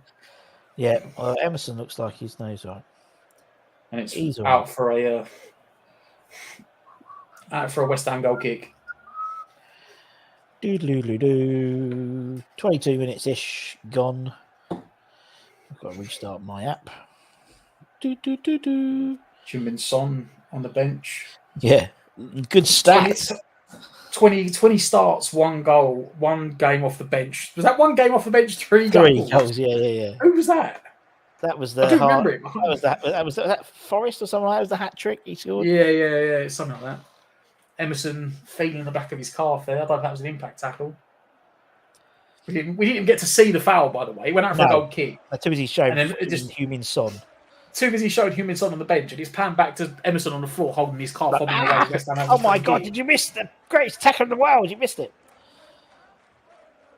Antonio chests it into Bowen. Bowen tried to chest it back to Antonio, but he's driven away with the ball instead. Tries to play it in. Nearly breaks for Antonio. Nearly. Aguerd beats Kane to the ball. Kira into Rice. Rice into Downs. Downs back. Clever bit of play. Passing West Ham. Nice. Souček's looking for Soufal wide. In it go. Oh. Just never beat first man. Yes, man. Literally just like straight across the Ben Davies. Throw in. That's a good ball. It's a nice ball by Souček, but it's intercepted. Kane looks to try and turn off Bonner, but you got Tilo's there. It's Tilo time.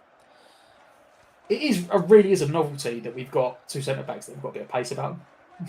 Yeah. Do you think for the last couple of years, when we've lost to Tottenham, it's basically because we've had like Bonner, Dawson as like the defenders? Yeah.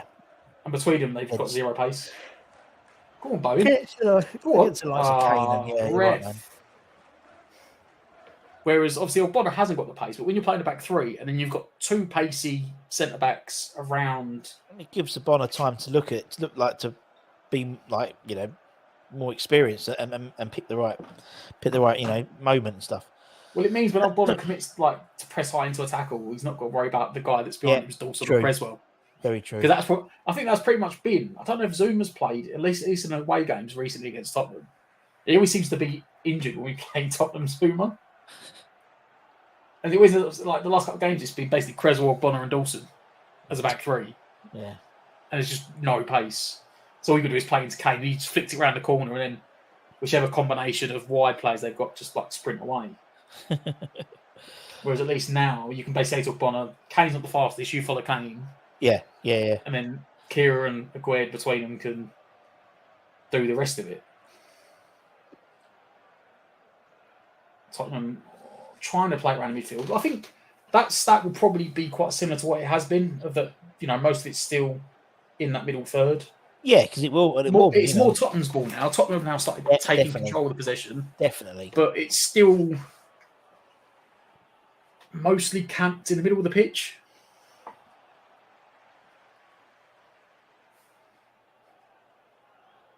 Yeah, no, he's very much that sort of just that midfield. Who is this cameraman? Who is this cameraman? Oh, right? Bonner. Oh, Oggy, that's a poor header. Yeah. Right. The reason I'm saying who is this cameraman, right, is because every time we have any sort of set piece, the cameraman just goes and pings onto a Tottenham player instead. Like, we had a throw in there, and rather than watching what we're doing with the throw in, because that's part of the play, he's just focusing on Ben Davies. And then we come back to the play, and the ball's in the middle of the pitch, and I'm like, well, what happened from the throw in? Tottenham take their free kick short, quickly, working it wide to Kulusevski. On the right side, he's gone back into Royale. He's gone back into the middle of the park to Dyer. Kane has dropped very deep on the left-hand side to pick it up. Feeds it wide to Davis. And marshalled out by Soufal. Well played, Soufal. Oh, quick throw. When Tottenham have the throw in, they keep on it. Kane with a quick one. West Ham cannot get this ball clear right now.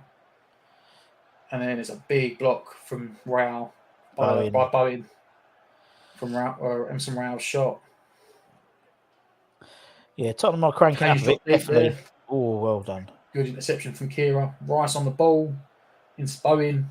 Just crunching tackle on Bowen. Won the ball though. Tottenham coming forward. Kane releases Kulusevski in the box. He's forced back. Back to Kulusevski on his left foot. Digs for the far post. Souček heads it out of the box. Corner of the box to Ben Davies, who floats it back into the far post. Aguerd just does enough to get it out of the box on the far side. Kulusevski back on his left foot, whips it in again, but that is... That was poor. That was very poor. That was West Ham crossing. Tony. I was about to say that. That is like a West Ham cross, that right now, that is. Totally misses everyone, goes back. Well, no, it's not, because he actually beat everyone. He forget beating the first man, he beat everyone. Beat everyone. It's not West Ham. Good. West Ham cross. He beat everyone. Look at that. Ben Davis's touch map, and it's basically everything inside West Ham's third. Yeah. He only had 2 touches in his own half, and they were both in the box. But then that's pretty early on. That's what a fullback should be. A wingback should be. But he's not, is he? He's not the wingback though, is he? Is he playing fullback? No, I thought he was playing left of the back three. No, or is he not? They're either was he actually playing wingback today? I don't know. Ball over the top looking for down. He quite often plays. I think he is actually a number 33. I say he quite often plays left of the back three, but I'm guessing. I don't know because they got Linglet, whatever his name is playing. Yeah, he looks a bit. That's a bit different then. I thought he was like left of the back three, that high up the pitch. I was like, oh. Oof. Kira added John Smith before the game started. Have it. Shot on target. Are we counting that? Are we taking that? Oh, I'll take it. Still the small victories. Exactly. Tottenham bring it forward on the halfway line. Into Højbjerg. Højbjerg wide to Richarlison, who's dropped deep himself. Both dropped. They both have to keep it. You know, just shows how much then looks to whip it in again, looking for Kane, over Kane's head. Emerson. Unlucky, Emerson. Unlucky. Emerson beats Emerson. He does. But, couldn't keep the ball on the pitch.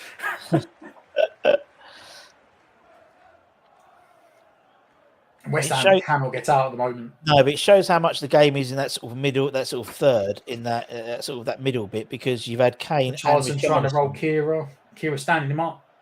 Kira blocks it. That's a goal kick. Goal kick. Well played, Kira. Well played. But it's like that, you've had Kane and Richarlison both drop really deep. Very deep. Yeah. So it shows they're just not getting any service, and they're getting frustrated. So that's why they're basically doing an Antonio. Friday night football, Fulham Wolves. Why are you in the box? Why are you even thinking about taking his shot? That's what everyone does though there, don't they? It does, but we can't do it. Really don't get it. It really panics me every time we do it. Antonio decided not to challenge. Eric Dyer. Dyer got sold a dummy there. Emerson brings it forward. I mean, somehow we've kept the ball because Dyer just panicked when Antonio tried to dummy him. I don't know, like 15 minutes. 15. No, it was like 3 seconds too early, and Dyer could have just controlled the ball or headed it out, and he panicked and headed it up in the air. Somehow West Ham kept the ball. Soufal's now hacked. Well, Benny Boy Davis coming together. Ben Davis. David Moyes has gone with a quarter zip jumper with a button shirt underneath. Interesting combo with his a light jacket over the top. Fair play. He hasn't gone for the Arsene Wenger. Well, the thing is, because Antonio Conte's up there, he could technically be the most stylish manager on the benches because obviously Conte is quite of a dapper, and Scolari isn't. He's just in tracksuit, so he was going to win. Whatever. I'm working to the edge of the box, and of course Antonio can't make a 5-yard pass. Of course he can't. Soufal closes the ball out, and Tottenham.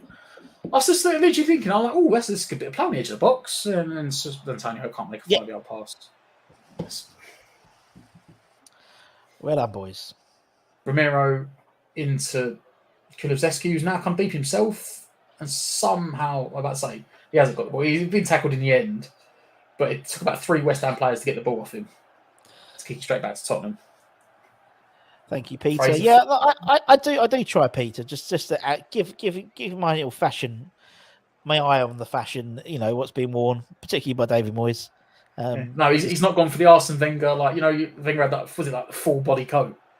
Yes. Went down to his ankles. Ball through the middle. Ben Davis gets there, and then Emerson on the penalty spot hoofs it out towards the halfway line. That was a big clearance, wasn't it? One long ball, and it was sort of caught West Ham out a bit. Ben Davis scarping down the left hand side. Good player. On the edge of the box, whipped it in. I like Ben Davis. He's a good player. Swansea, yep, Swansea. He's another one you call he's just like an old school pro. I don't know many people that have a bad thing to say about him. Yeah.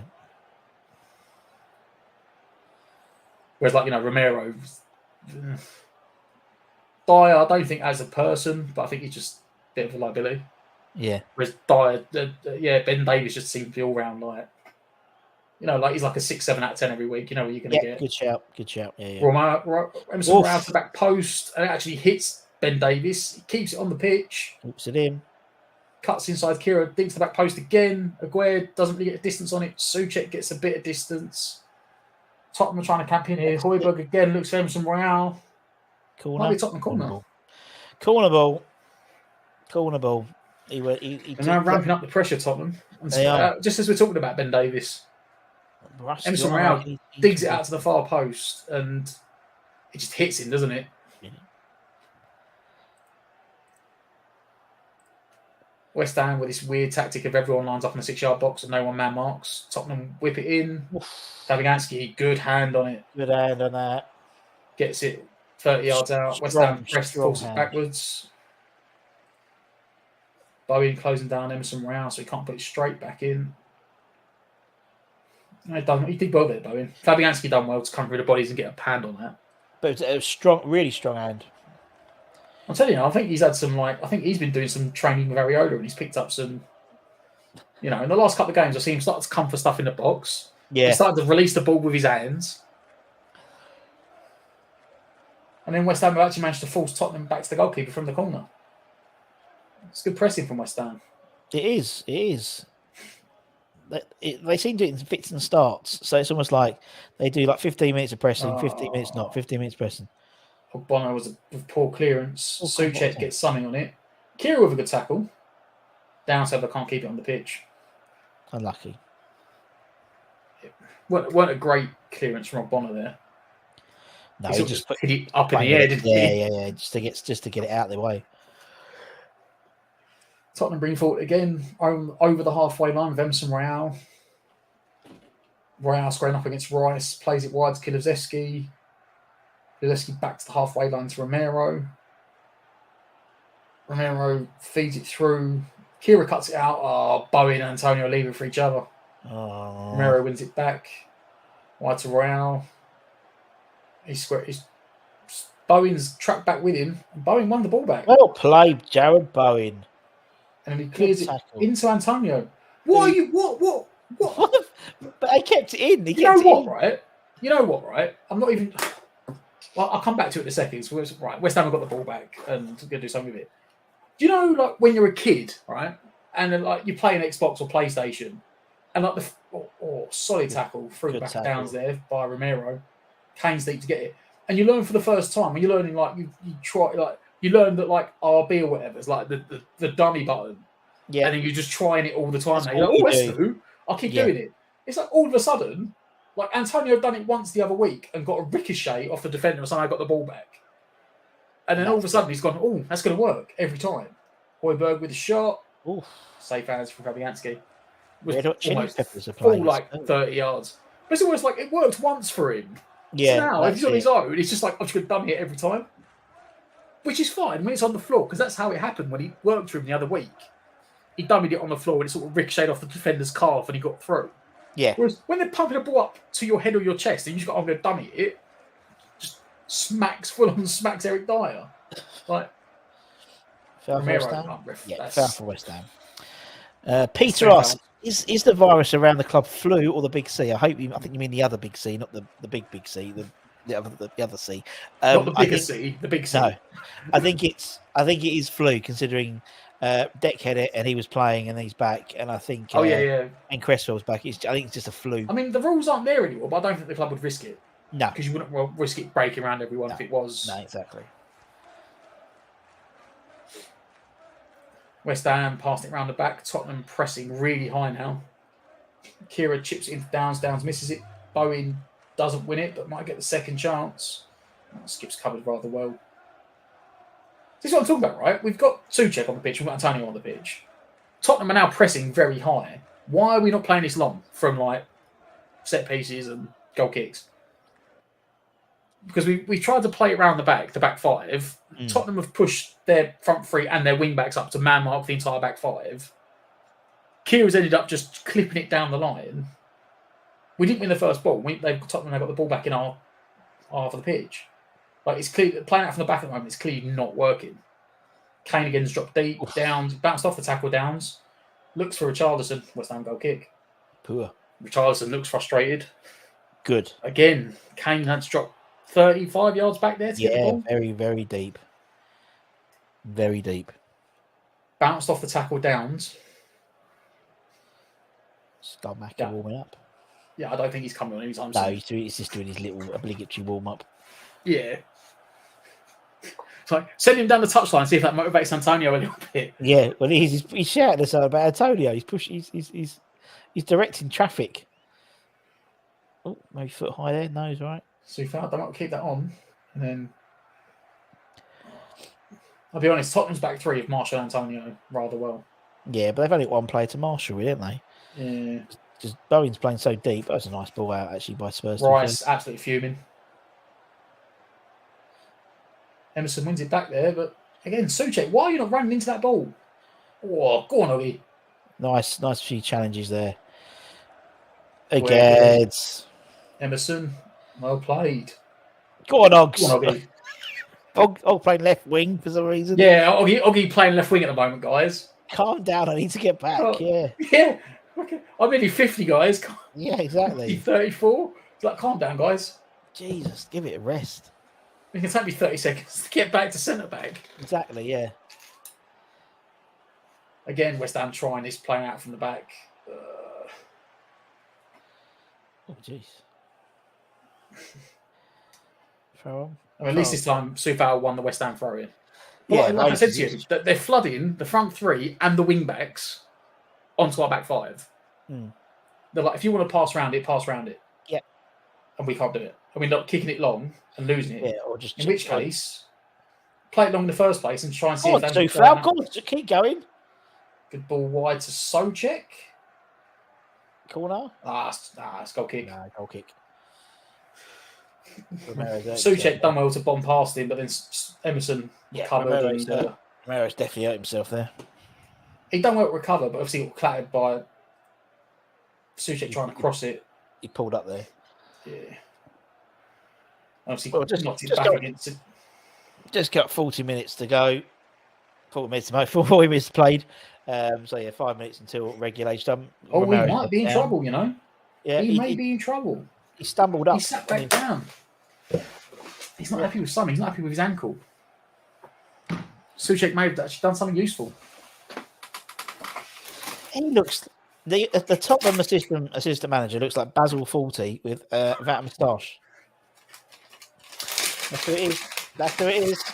Matt's cracking open his celebrations. Nah, got little mini chocolate bars, but it's not celebrating. Not quite celebrations. Oh, I've only got mini chocolate bars. The heroes actually Russ. Nah, mini Milky Ways. Oh. John says the defender has hurt himself trying to do a Souček. Indeed, he really has. If West Ham loses, the situation starts to get dramatic, and the water will start to begin will start to beat the nose. Thanks, Pedro. It certainly will do. I think he's all right. I think he just wanted the magic sponge.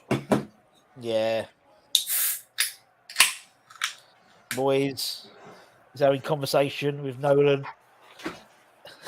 and Phelan, trying to decide what they're having for tea.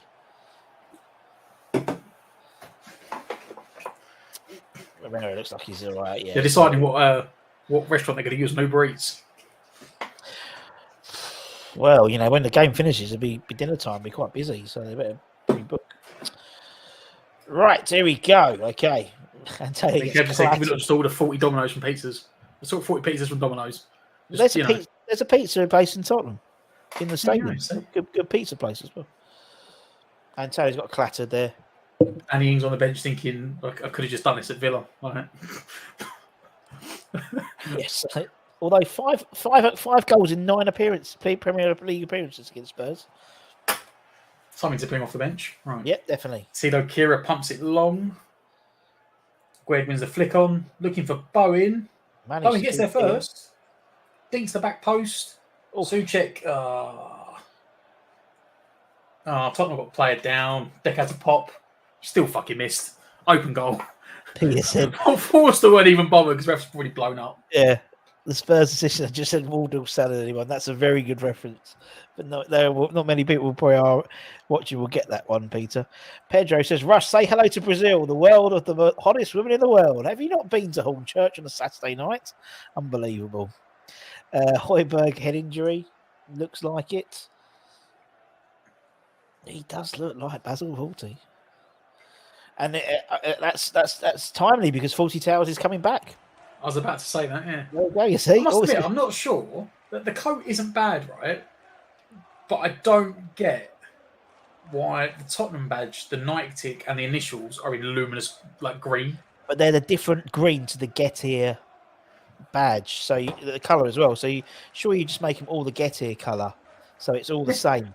Just the same colour. Because it's not. It's like yellow and green. So that's a real bad clash there. So anyway, welcome to fashion tips with Russ. Do I need to warm up? Deck's having a shout. I don't know what. The only people that Deck shouldn't be moaning at right now is the back four or the back five.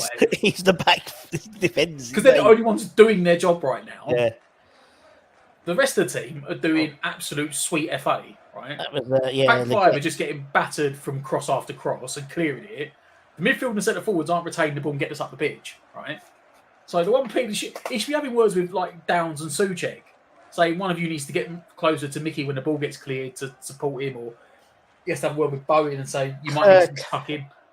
Yeah, Clement Leggett looks like he looks very groggy, but I think he'll be all right. I think he'll be all right. He's coming back on. He'll be all right. You think is he on loan from Barcelona? Did they buy him? He's on loan, I thought. Actually, I don't know if it's a loan to buy or Davison Sanchez warming up just in case. Yeah. Big Fraser Forster. Or 6'8" of him, whatever it is. Giant of a man, isn't he? Giant of a man. They never did get Ben Foster, did they? They were trying to get Ben Foster. No, the league didn't reject it or something. Yeah. Which is a shame because that had been like every commentator's worst nightmare. Yeah. Foster and Forster together. Yep. Sounds like a 70s cop drama. Anyway, come on, your irons. Sufal digs it out down the line. No, he didn't dig it out down the line. He just kicked it out of play.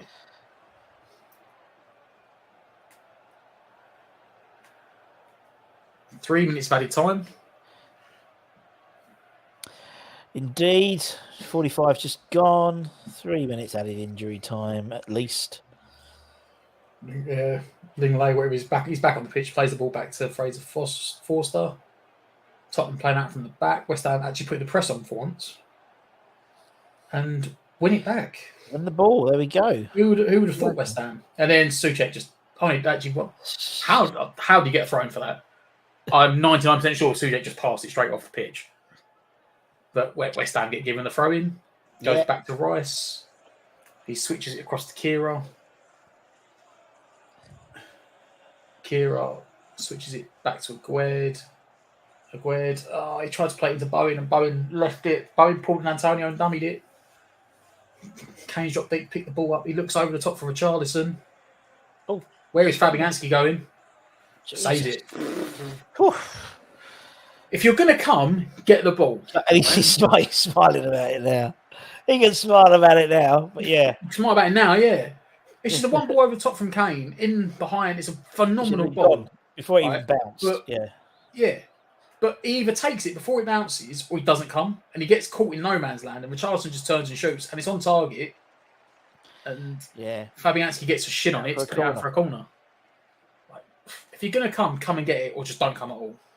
Yeah. Kulusevski whips it in or Romero gets the head but Fabianski watches it or Lingley does say he gets the head but Fabianski watches it go over the bar.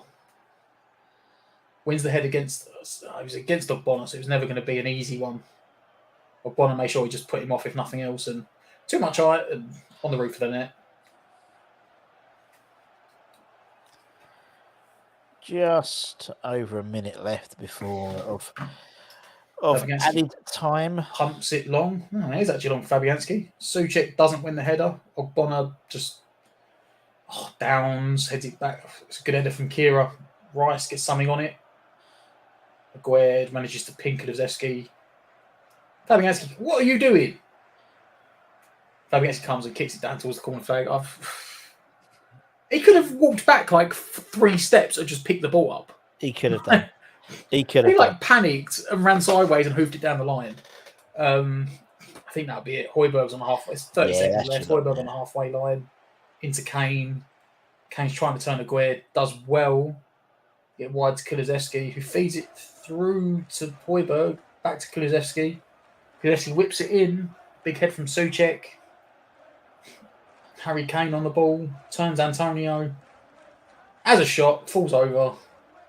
Fabianski collects it. That should be it. That should be a lot. Yeah, there we go. Half time. And there's your lot. Half time. 0-0. Yeah. Half of 2 halves, wasn't it? There was definitely the sort of towards that middle bit. Spurs are really, really, really cranking it up. But we have loads to show for it, in all honesty, did they? Really? They had a shot from Højbjerg. Yep, which was from sort of 30 yards. Relatively easy. For Fabianski. Yeah. Big chance really was one at the end for Richarlison, which is a mistake from Fabianski. For once, managed to recover the mistake. But I mean, suppose really the talking point, and it is the talking point, it was a penalty. How did Tottenham not get a penalty? And this is us sitting here like it. Yeah. If you haven't seen it, I'm not being funny. It's a stonewall penalty. I'm going to try and get the picture up to show you. It is a stonewall penalty. There is not, at least with Souček's last week, you could try and say that, you know what, it's that they've said on like Sky Sports, the rule is if you're falling down, you put your hand out to support yourself so you don't just hurt yourself falling over, then that's fine. But he was really crouched down and he just sticks his hand out.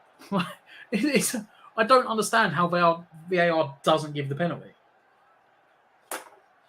And that, you know what though? I'm not joking. That's it. And we had the first chance of the game inside 30 seconds. Yep. West Ham took a quick throw in. Souček made a run forward, hooked it first time across the box. It come to the edge of the D. Bowen on the half volley, dragged it wide. And as I said, then you had the penalty that wasn't given.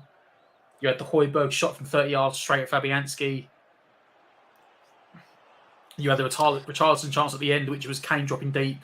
Phenomenal ball over the top. The sort of ball that he'd want to be running onto, to be honest. Yeah. The sort of ball that he'd want. And Fabianski came out, let it bounce, didn't get there, then started backpedaling. Richarlison's just turned and hit it because he knew that, Fabianski may not be there. Fabianski, I don't know if he admitted that, if it was just straight at him, but he gets a shit on it.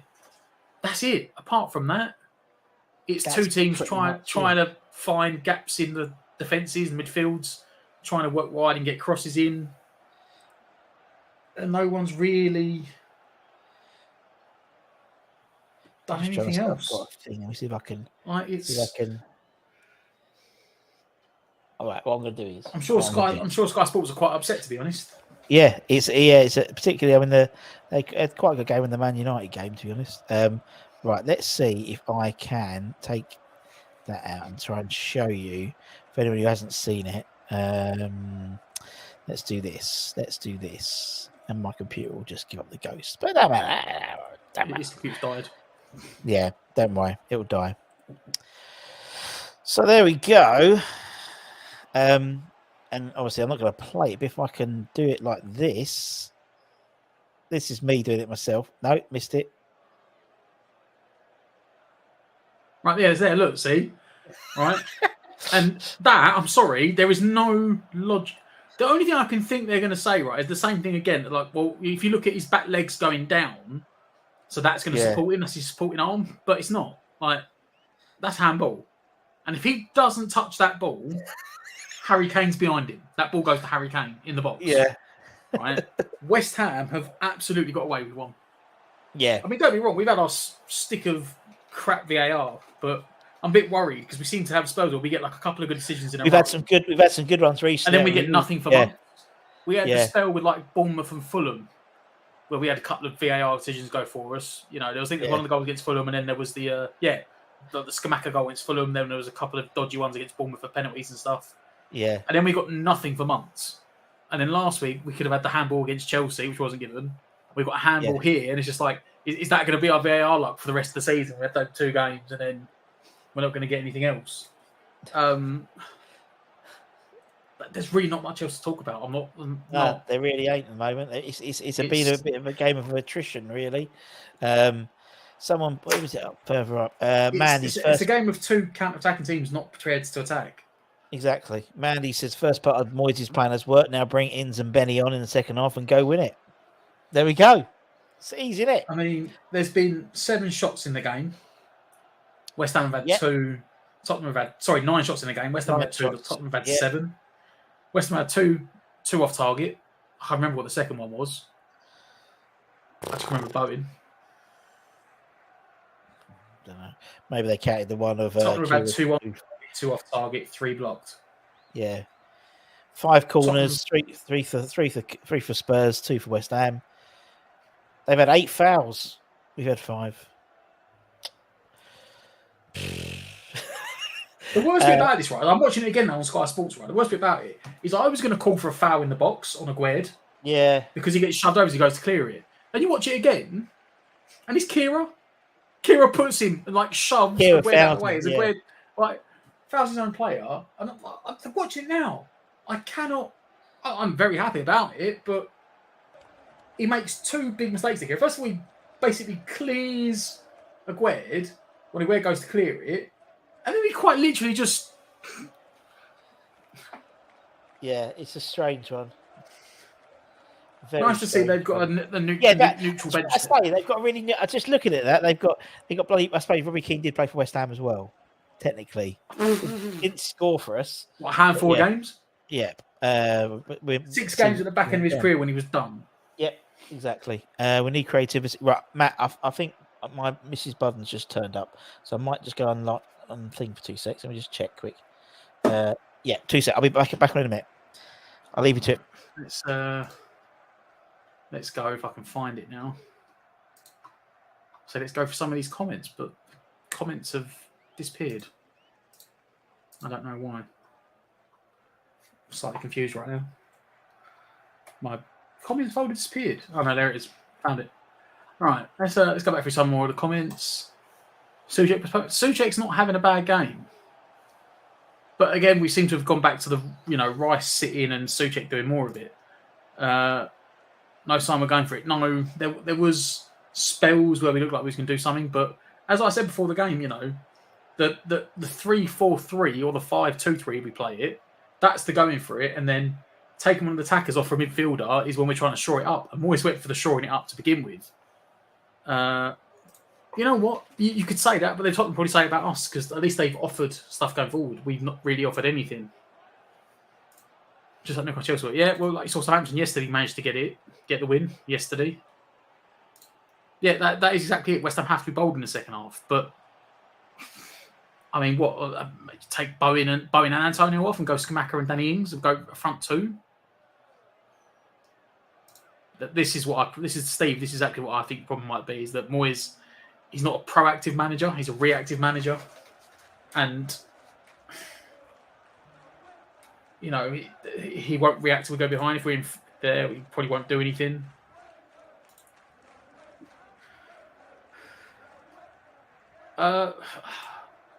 We look like a team that's set up to get a point. That's probably what Moyes has said. Yeah, and you know what? The problem is down the bottom, that is very much a case sometimes of that, you know what? You go for a point. If you get anything extra, it's a bonus. But it's a very balanced and difficult thing to play. Again, a point wouldn't be bad, but I don't feel like we can never defend a point. I know he's not looking at it. It's more of a question of where his hand is. Like,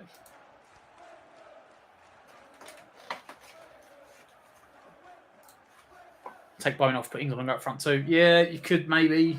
I mean, Bowie's done a lot of work down the left-hand side though. Skamaka and Ings up front, Antonio on the right, and Bowen off. So you take Bowen off for one of them. Who you take off for the other one? Downs or Souček? You know what? I generally think it's where it was this comment where was it? Mandy's comment. I think we go back to that. I think it is a case of that Moyes is afraid of losing. I mean, in fairness, we had the run of Newcastle, Chelsea, Spurs, and then Forest. Moyes is probably thinking that if he could get some points from those three games and then go to the Forest game, he'd probably love 9 points from the three games, but this is Moyes in a relegation battle. He's probably thinking, if I don't lose the three games, and then we got to Forest having had some sort of positive results, maybe it builds mental confidence. Moyes is a pragmatic coach. He's not a he who dares wins. He's a play it safe. So Moyes will look at it and go, you know what, let's just not lose. Point on the road is a point on the road. Tottenham probably are there for taking, but so are we. And both teams have got ways they can change the game and make changes up top if they need to. It does feel like we may need to put an actual 2 centre forwards on to move Bowen off, because it's not. I thought it was going to be a front 2. It basically looks like a front 1, and it's just not working.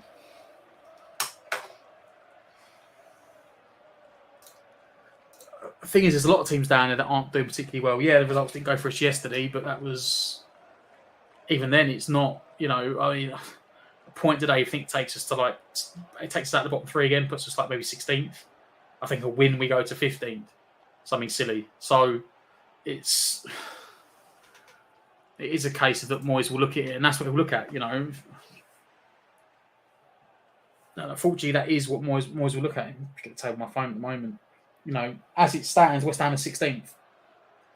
Admittedly, on goal difference to Everton and Bournemouth, they're all both on 21 points. But Moyes will take that. It's another point against the big, should we say, top 6 team if it stays this way. And then we're not in the bottom 3 at the end of the weekend. Yes, if we win, we'd go 15th above Wolves on goal difference to Wolves. But given the state of how tight it is down the bottom, Moyes is probably looking at this as a don't lose game.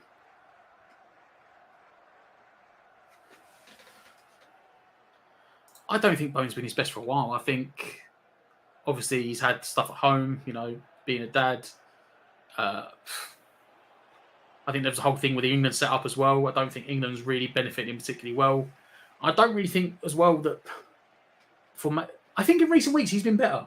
When we've played the wing backs and the wing forwards, when we've played like what you would have called it a 5-2-3 or a 3-4-3, when we've played that, it's benefited Bowen. He's been looking pretty decent. But today, he's sort of been lumped out on the left-hand side, basically saying, when we're defending, you need to go play left mid, and when we're attacking, you need to go up front with Antonio.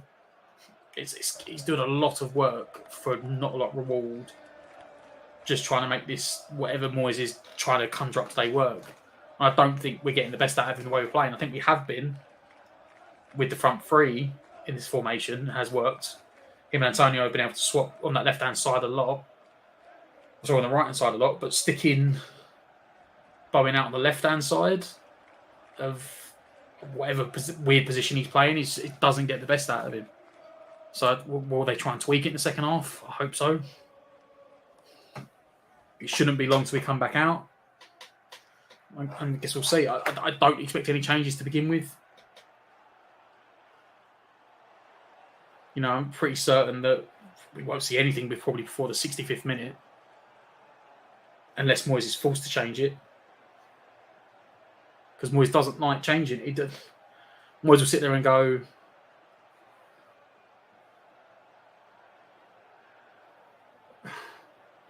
Moyes will sit there and say, I set up for a point. At the moment, we're getting a point. Why would I change it? At least we've got the options to change it. We saw near the end of the first half, Scamacca warming up. They've just shown at half-time Scamacca, obviously the players out warming up for West Ham at half-time with Scamacca and Danny Ings and Ben Rama warming up. I doubt Moyes... I'm almost certain Moyes will not be brave or aggressive enough to bring all three of them on. Certainly at the same time. You'd be changing formations almost like a 4-4-2 or the 3-4-3, should we say. You'd have to take Downs off and then Bowen and Antonio to get the three of them on. And then you've got an imbalance because unless you waste Danny Ings out on the wing, which is pointless. You could swap Bowen and Antonio for Ings and Scamacca. And then you've got the front two. But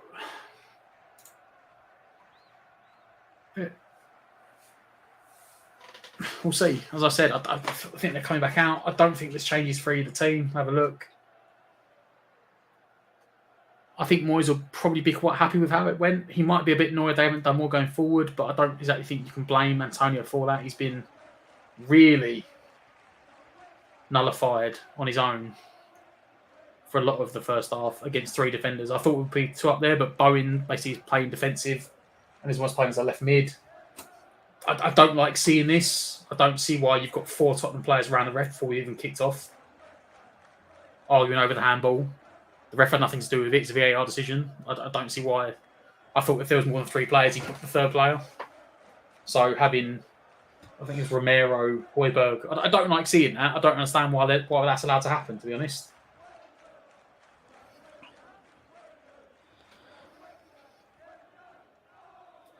Right, I'm back.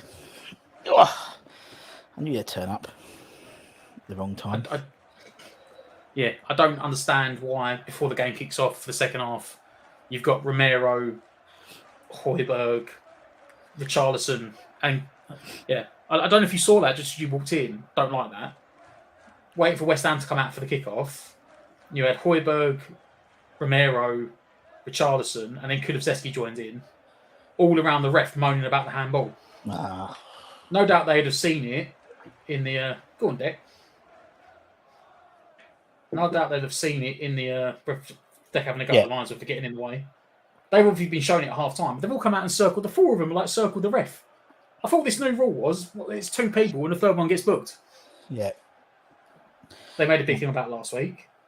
Yeah. So why is it before the half that you can just surround the ref and be like, what's this handball? At the end of the day, we agreed it was, but it wasn't the ref's decision. Yeah. The ref, obviously, in real time, hasn't seen it or decided it is. And he's let it to go to VAR, and VAR hadn't given it. Like, they didn't even ask for referral, so you can't blame the ref for it. No. Soufal and Højbjerg having a... It was friendly. They gave a little... They shook hands. Bit of an X-rated cuddle there between the two of them. Yeah, Got all the legs that were scissored together. But, I mean, let's be fair, I think they both laughed about it and jogged it off, which is quite surprising because they're both hot-headed players. Yeah, you thought they would have kicked right off. Yeah, but, I mean, they both saw the funny side of it, which is a rarity, especially for a London derby, but... Very much so. Tottenham got us back underway. No changes so far. Nope. Good interception there from Soufal. He's running out of room. Wide to Downs. Downs comes inside. Downs back to Rice. Deck brings it forward. Spreads it wide to Emerson. And this is what I was saying about, right? So Emerson there, in the other previous games, Aguerd has just played it short. Kulusevski's in. He's turned Aguerd again. He's laying back for Richarlison. Straight at Fabianski. A very, very rare mistake from Aguerd there. Yeah. Went to play it back to Bonner under no real pressure. And he gets a bit of a tackle from Kulusevski. He plays it to Harry Kane. Tottenham are in. Plays it to Kulusevski. Stands Kulusevski up. He sees Richarlison on the edge of the box. And he shits it straight at Fabianski along the floor. Big let off for West Ham at the start of the second half there. Defo. Antonio on the line, hooks it down the line. Tottenham clear it, but Soufal recovers it. Wide to Souček. And he tried to find Soufal, but he wins the West Ham throw-in. That's a big let off West Ham. Out of almost... It literally was out of nothing, you know. A bit of pressure on an Aguerd... A very, very rare mistake. Capitalising it pretty sharpish, didn't they? Yeah. Fabianski pumping it long. Looking for Antonio. Dyer wins it off Kulusevski. Sorry, Rice wins it off Kulusevski. Then he gets his pocket picked, Rice. Aguerd, half cuts out for Kane. That's even rarer. Rarer than Aguerd misses Kane hitting the corner flag. West Ham started off flying the start of the first half. West Ham's still in the changing room right now. Rice gets his pocket picked, then he gets a bit unlucky with the deflection. Kane has to hit it the first time. And so he almost hits the corner flag. I don't know if he's looking for a chance or he's just shooting. I'm assuming he's shooting. Yeah, I'm sure he's shooting. But it's 2 let-offs in the space of a minute from West Ham. From mistakes at the back. I'm saying West Ham still in changing room right now.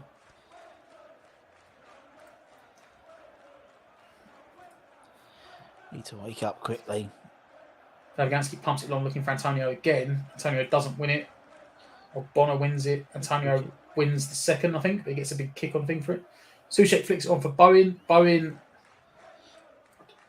apparently got fouled. I saw Bowen boot it into Højbjerg's face, but I didn't really see a foul on Bowen. But he's down holding his thigh there.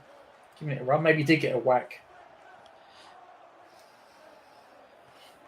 Don't see Lingley arguing against it, so... There wasn't that many people around him having a go with it either. No.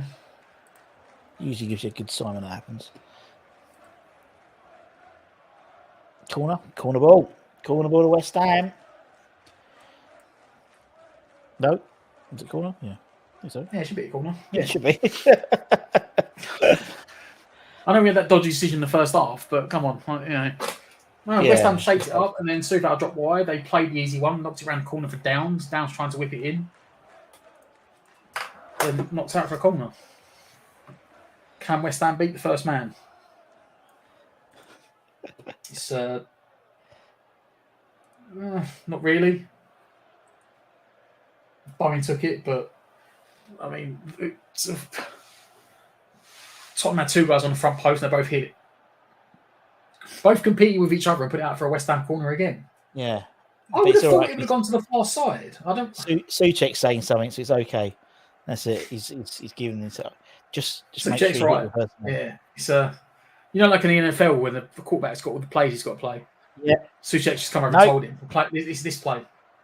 Didn't make no fucking difference. No, of course it didn't, because he's not happy, Bowen. He's still holding something. Just got down through his boots or something. Long throw.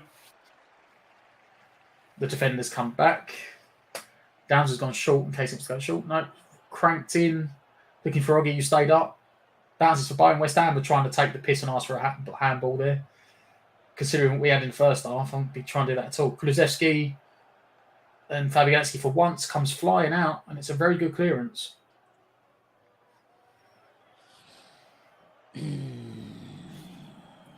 Yeah, considering the fine ball we got away from the first half, I wouldn't be calling for handball for something like that. No, I think it may have struck an arm, but the arm was down by the side.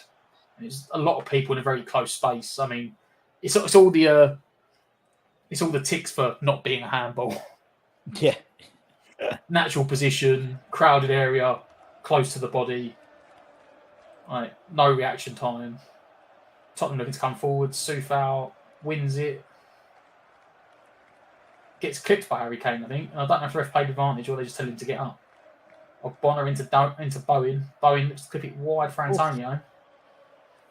Go on, Mickey. Antonio up against Eric Dyer. Looks to... Rice picks it up. Wide to Antonio again. Antonio against Eric Dyer again. Trying to square him up. Big ball at the far post. Everyone is probably going back for a top and throw. Oh, no. Soufal keeps it on. Swings it back in. Højbjerg heads it up and out. Soufal with little shoulder barge on Davis, but now he has touched the ball, and Richardson's nicked it off him and Tottenham are away. Should have played it out. He's spreading it wide to Kulusevski. Kulusevski now driving past Emerson. Cuts inside. Left foot. Trying to bend it for Harry Kane at the far post, but it's too high. Too much power on it. It's a West Ham goal kick. A bit more lively to start this second half. Yeah, definitely. It's almost like both managers have gone in at half time and said, you can get at this lot. There's goals in this game.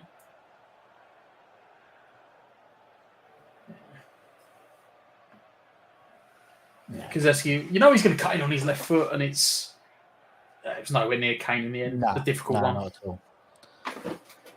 Fabianski pumps it long to absolutely no one and just gives Tottenham the ball back. I know I said not about not playing out from the back, but that's just equally not any better. Nah. Pete's made a good point. This match is going very quickly considering it is so boring. Very true. Very true. Ball into Antonio. Antonio not offside apparently. Ball in the middle to Downs. Downs spreads it wide to Emerson. Emerson comes inside. Back to Rice. Rice turns, goes back the other way. Aguerd offers an overlap. Aguerd back into Rice. Rice into Bowen there. Good position. Bowen in. Emerson tried to nick it around the corner. Bit of controlled play there from West Ham. A bit. Go away. We don't want to see him. Camera zooms in on Heung-min Son again. We don't want to see him today. We don't want to see that today. Fornals already man marking him. Fornals following him up and down the touchline on the warm-up. Yeah, just keep an eye on him. He knows his job when he comes on later.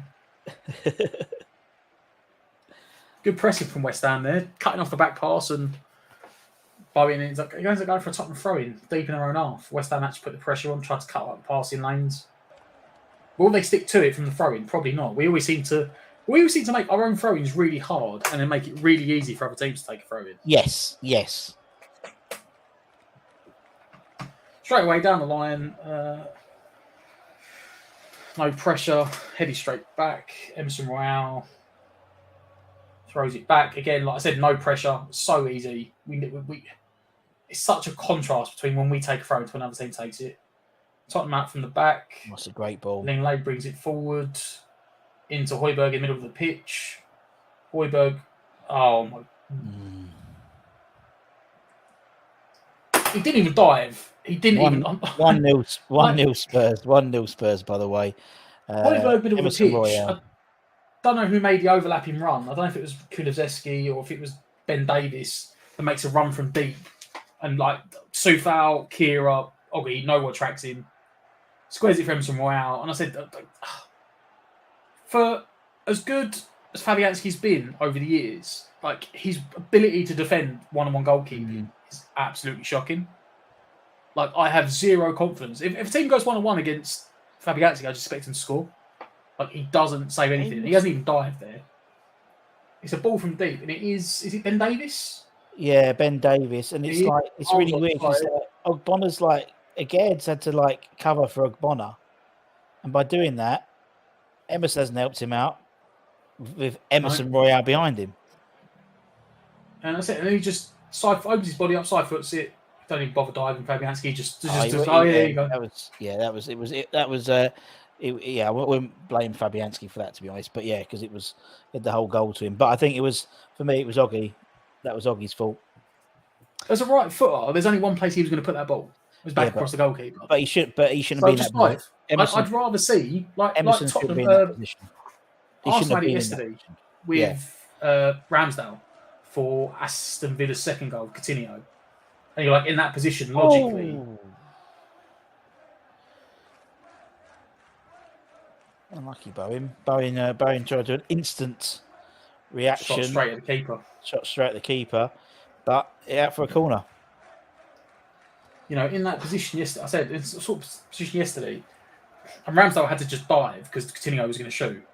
And he picked the wrong corner, but he dived. And had Coutinho gone that way, he'd have saved it. In that position, I'd rather Fabianski just dived in a direction. Because at least he would have made an attempt rather than just going, I'm just going to stand, not even move. West Ham tried to go over the top. Harry Kane heads it out to Skip. And like I said, yet again, I said at half time, Moyes is not a proactive manager, he's a reactive manager. What are we going to see now? Because your game plan is already gone out the window, Moyes. Yeah, it's going to be changed now. You're put 8 men, 9 men behind the ball and leave Antonio up front with his arm is gone because they've scored. So what's the it's not like you went for the 3-4-3 like we normally play. You went for the defensive, the 3-5-2 off the bat. You didn't really 3-5-2. It's basically a 3-6-1 because Bowie's basically tucking in at the time as well, where it's like a 5-4-1. But that was basically fullback to fullback and wing back to wing back, and no one's tracked either of them. It's one ball. Ben Davis running from really deep, runs past everyone, and Højbjerg from the halfway line picks him out. Yeah. No one follows Ben Davis. And then on the far side, no one follows Emerson Royale. Like you said, Ogbonna is deeper than everyone else and plays everyone on side, plays Davis on side. It's not even where then has to go. Yeah, that's the thing. Ogbonna doesn't track the runner, and therefore Aged's almost catching behind him. And then unfortunately, has to come out, and then obviously then there's a huge gap. Yeah, ridiculous. And then he just squares it over to him. I said, and Fabianski just stands there you know what? I'd rather he just come out and threw himself in front of it. Even if he just ran out to the edge of the box, if Emerson Royale was starred and Emerson shot and scored, right? The worst thing he could do is what he did, which was get caught in no man's land and just stand still and just. You mean you didn't miss the massive 18-foot goal behind me when I put you under no pressure whatsoever? It's not like he went one-on-one against Harry Kane. It's a right back, and he put him under no pressure whatsoever and just let him shoot. West Ham trying to play out from the back, getting pressured. Fabianski pumps it long. He gives the ball Spurs can just hold on to the ball now. Worst thing you can do against a Tottenham team, I've been saying this for about 2 years now, it's a Conte team. Yeah. Worst thing you can do is let a Conte team score first. Unless you do what Leicester did last week, where you then go everything at them and you start high pressing, playing quick passing, running in behind and stuff. The way we're set up, Tottenham are very happy at the moment. Yeah. Because we're not doing anything. We're not offering anything in behind. There's no runners in behind. There's no width. We're set up to try and counter with 2 players, and we can't do it. And now that counter attack and try and do stuff, and frustrating's gone. You know. Antonio's got himself in the book. Probably had enough. He's got frustrated. Honestly, at this point, I would take both Bowen and Antonio off and just put Scamacca and Ings on. Just at least go with an actual 2 up front. Yeah. I think Antonio's unlucky there. So that he wins the ball, actually wins the ball twice. You know what? What is Kane doing? Like, that's actually embarrassing. Yeah. Because at no point, right, does Antonio's foot actually touch Harry Kane? No, the ball touches He's gone studs first, right? He has gone slide tackle, 1 foot up studs first, for anyone's not watching. But Antonio's fully got his foot on the ball. Yeah. And it ends up wedging the ball against Harry Kane's ankle. And Harry Kane's gone down like he's been 2-footed. Yeah. Yeah, exactly. Exactly. And that's ridiculous. When in reality, Antonio hasn't even touched him. He just kicked the ball against him. That's all he's done. He's kicked the ball once, and then the ball's gone back, and he's had two touches. Like squished the ball between them. Yeah. Yeah. The ball's got like squished between them.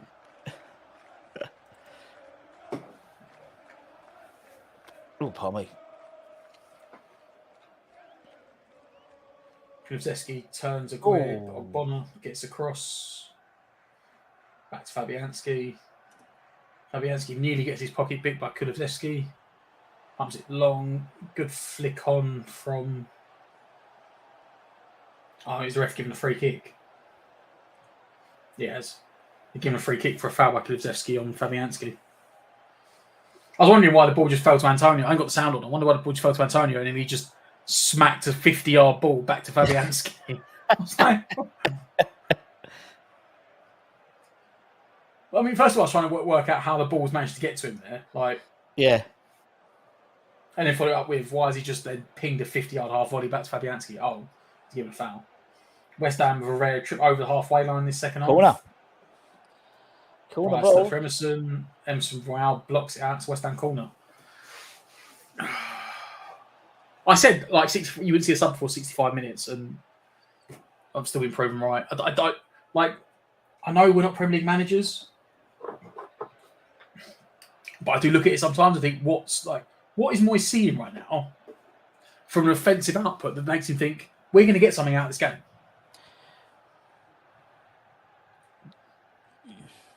It's unlucky. He's a ball with the back post. Souček heads it down, but gets cleared. Kira then... Did he try and head it and miss it and not volley it? Cleared to the halfway line. Soufal looks to launch it back in. He does. Aguerd flicks it on. Downs then clatters it forward, but West Ham have given away a foul somewhere. Something free kick. Somewhere. Given a foul somewhere. I didn't actually see it because the camera was actually for once following the ball. He wasn't just zooming in on certain players. Yeah, look, it's Ben Davies. Soufal gets a burner done by Ben Davies. Yeah. All right. I say, look, just Fabianski just goes. The body positioning, the ball was only going in one place, which was back across him. Right. Even if he gambles, he shouldn't have been in that position. He should have. He should have been in that position. He's a professional goalkeeper. He's a Premier League. Leave him alone. He had the whole goal. He was going to score. There was no way Emerson weren't scoring that goal. No way. And if he fell over and died as I said to you, I'm not saying that appeases you. That's no point. What's the point? There's no worry. It's done now. It's done. It's not Harry Kane. It wasn't Richarlison. It was a right back. Done. Move on. I totally agree. We shouldn't be that. Oggy was completely to blame for that goal. Lack of positioning from Oggy. Lack of positioning. 70% from Soufal. Fabianski, maybe 10% of that goal was his fault. 10%, I reckon. Shouldn't have been in that position in the first place. Anyway, the fact is we're 1-0 down. We've got 65 minutes played. We've got 25 to go, and there hasn't been any rumblings of any change or anything, which makes no sense whatsoever. Makes no sense. Moyes is quite happy with the 1-0 loss at the moment. For me, that's I mean, I still like. I don't really care that we've managed to draw a couple of games. I'm still Moyes out, and the fact shows you that Leicester played Tottenham last week, and Leicester went and gave them a game and attacked them and put 4 goals past them because the defence is fragile, and we've turned up with 9 men behind the ball. But then they lost 3. Offered very little. But then Leicester lost 3-0 to Man United today, so that's just a 1-game thing. But I mean, it's a 1-game thing, though. In fairness, they should have been 3 or 4-0 up before Man United scored. But they weren't. The chances they missed. At the end of the day, no. They won that game. Yeah, they won that game. Fair play. But then they lost today, so it's like if they won that game and then won it, and then it started something, and they won again today. Fair play, but they didn't, and it's like that's the trouble. Everyone's had these. No one's been able to put a decent run of form. Yet Everton won their first game, then they lost again, and they beat Leeds. Big hurrah! And the trouble is, no one's made any form, and that's the thing. This was an opportunity today to get. I know it's another point, but if we did get a point, that's still 3 points in a row. 3 games which actually no one thought was going to get anything out of before we actually played someone of our relegation rivals, regardless of whether Leicester beat. Or Southampton beat Man City or whatever. You got to beat the teams around you now. It's not about, and it's about picking up the points where we can pick up the points. But Son's coming on, so he's going to score. That's for sure. But this is what I say about Moyes. Tottenham are 1-0 up 25 minutes ago, and they're bringing. I don't care who it is. They're making an attacking sub. Yeah, you're totally right. What have we done? Like, yeah, you're totally we've made one mistake at the back, and we've been punished for it, right? Yeah. But it's not one mistake, because we made 2 mistakes right at the start of the second half, right? You're totally We've right. offered nothing, almost nothing going forward. Yeah. And yet, Moyes is still looking at that, going, yeah, no, we're going to get something out of this. Where? Relying on us. I would say maybe he's relying on getting a set piece, but we actually have to be in the opposition half for a period of time to probably get a set piece. Like what? We've got the ball 35 yards from our own goal. We've only got 2 players in Tottenham's half, and then we don't play up to either of them. Rice wins it back off Harry Kane, plays it wide to Emerson. Emerson back inside to Aguerd. Aguerd into Souček. Souček wide to Kira. Kira then gives it away. Antonio probably needs to get subbed off now because he's just made another foul. And I'll just get him off now because the next foul he's gone. Yeah. And if you thought we had a chance getting in there with 11 men, we've got no chance. With 11, we've got no chance of his 10. And of course, you've got Tottenham players swarming around.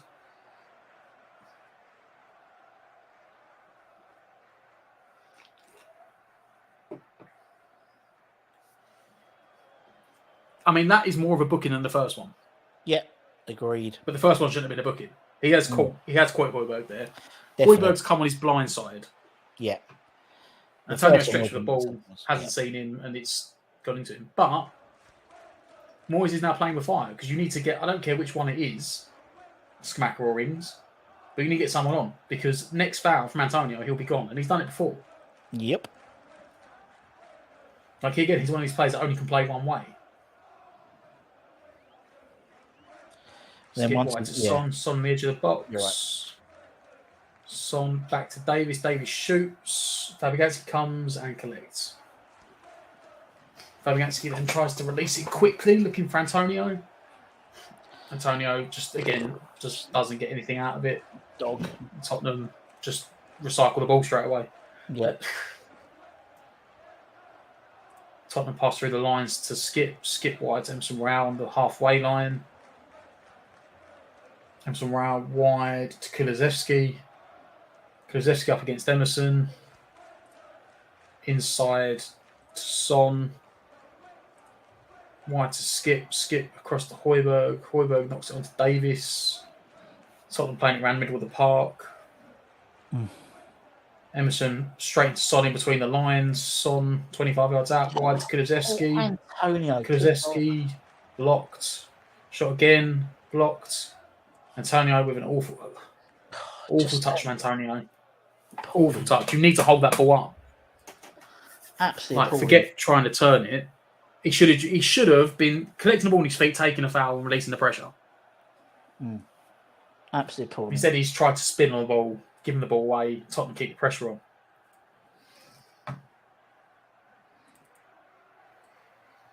But I said he needs to get, whether it's Skamaka or Rings, he needs to get one for him because next foul he's going. He's given a foul on a Bonner.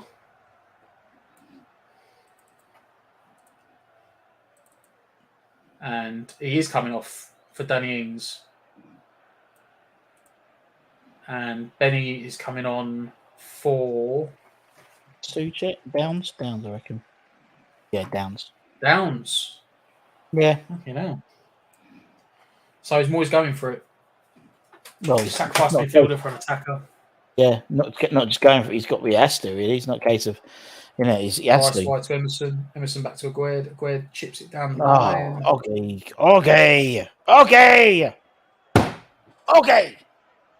Oh, Bonner's played it straight to Kane. Kane, wide Son 1-on-1, and there you go. 2-0. Game over. Oggy. Fucking hell, Oggy. Unbelievable. What did we say? We'll be in it with about 20 minutes to go. It'll bring Son on. Son will score, and that'll kill the game. Yeah. Literally. And the problem is he should have made the changes 10 minutes earlier. And his plans are out the window. It's gone. Yeah. It's gone. I mean, there's nothing he can really account for that. He can't. I mean, I don't know what Bonner's doing there. Brilliant ball from Kane. Son in, goal. Yeah. It's just a lump ball, and Bonner gets caught underneath it. Kane out muscles him, and he heads it to no one. Kane feeds it through. Brilliant first touch from Son. Okay. We're going down the pub. Yeah, go and have a beer, boys. Go and have a beer, boys and ladies. Even Beck looks like he's believed in. Shocking. Shocking, that was. And shocking that's defense. Just game plan. Like the new game plan's now gone. Moyes just spent 15 minutes working out a new game plan to get us back in the game, and then straight away we concede. He's gone, I'll leave Bowen on, I'll sacrifice Flynn, I'll go to the three forwards again. Ooh, free kick on the edge of the box for West Ham. It's always Son, isn't it? Always bloody Son. And that's another goal there. I can't remember what their thing is now. They talk about it, didn't they? Their combined goals list for Tottenham, Son and Kane. No, it's ridiculous, isn't it? Absolutely ridiculous.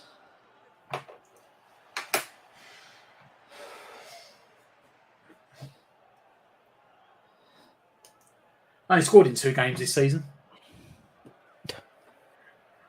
In the league. West Ham with a free kick. Bets, I'm going into the wall. Into the wall. Or into Rose Ed. Yeah. Into Rose Ed, yeah, quite possibly. I mean, we ain't even got Krez on these days to take free kicks. Like...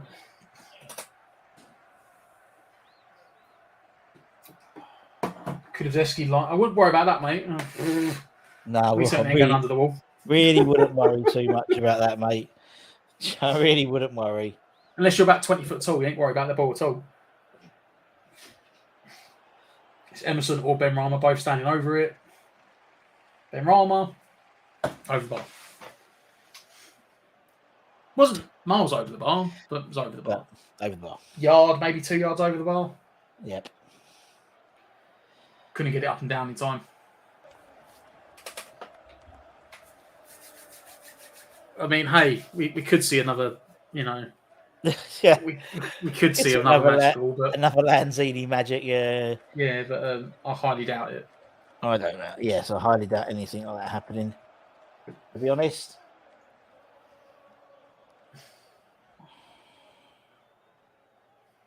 I just don't see why he had to wait. I mean, he didn't wait for it to be 2-0, but he basically did, because they basically come on and they scored straight away. I don't see why he had to wait for it to go like that long in one-way traffic before he went, I'll bring the 2 attackers on and change it back to the front 3. Which is what he should have done at the start of the game. Like, I can't understand from the start of the game why he didn't go. Because that's still a very solid team. It's not like you're not overly exposed playing the 3 up front. when you've got the three at the back and the midfield. You know? Yeah, I know what you mean.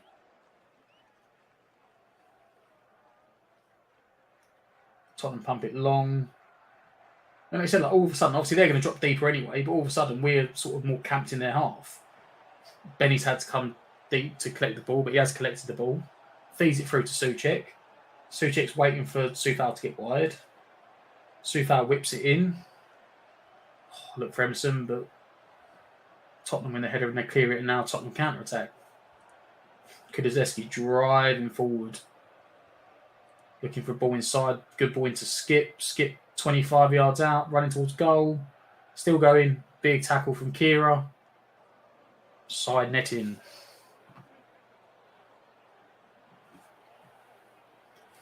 This is what it's going to be like now, but I'd rather see this. I'd rather see this from the start. And you know what?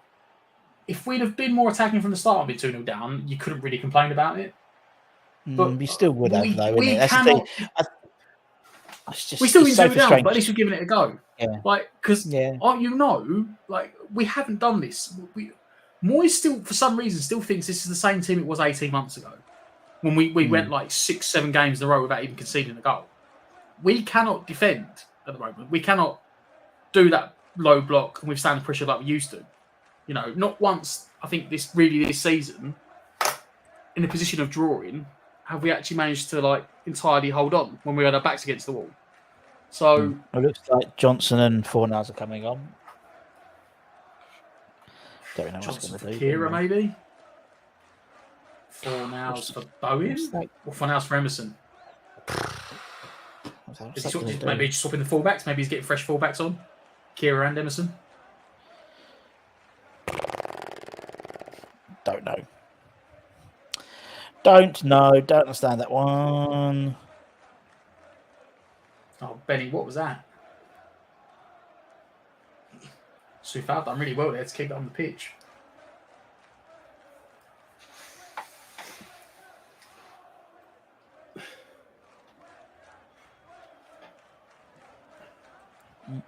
Soufal back to Kira. Kira to Oggy. West Ham from 35 yards of Tottenham's half have gone back into their own half. Aguerd pumps it long, looking for Bowen. Bowen somehow gets the ball. And then still on the pitch, Bowen into the box, cuts it back, Benrahma, and he shot near post. Why would you shoot near post from beyond the near post? Benrahma.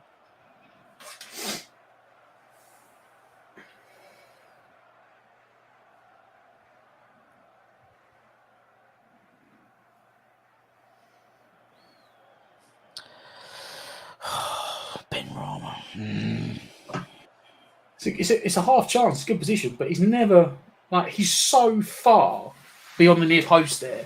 You've got no chance of whipping that in at the near post. No. Even better off just clipping it towards the back post, like a little cross. So we said Johnson and Fornals are coming on, so they're West Ham's second lot subs. I don't know if Danny has even touched the ball, to be honest. No, I don't think he has. He never does. He never does, bless him. He never bloody does touch the ball, it seems. There's a lot of running about.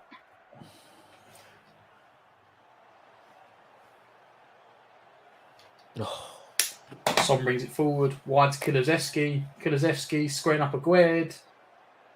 Oh, Bonner nearly smashes it into his own net. Puts it out for a Tottenham corner. Bonner finally does something decent.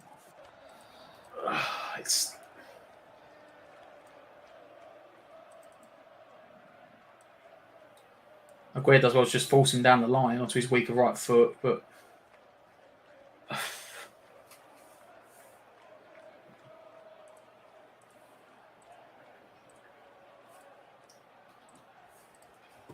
Tottenham corner, 10 minutes to go. Perisic to take. Benrahma! Didn't know Perisic was even on the pitch. Benny gives the ball away. Again. And again.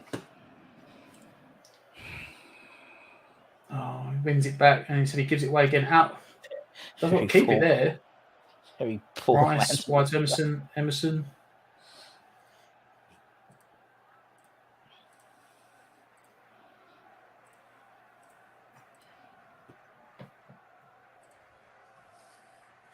Oggy's coming off. Ben Johnson on for Bonner.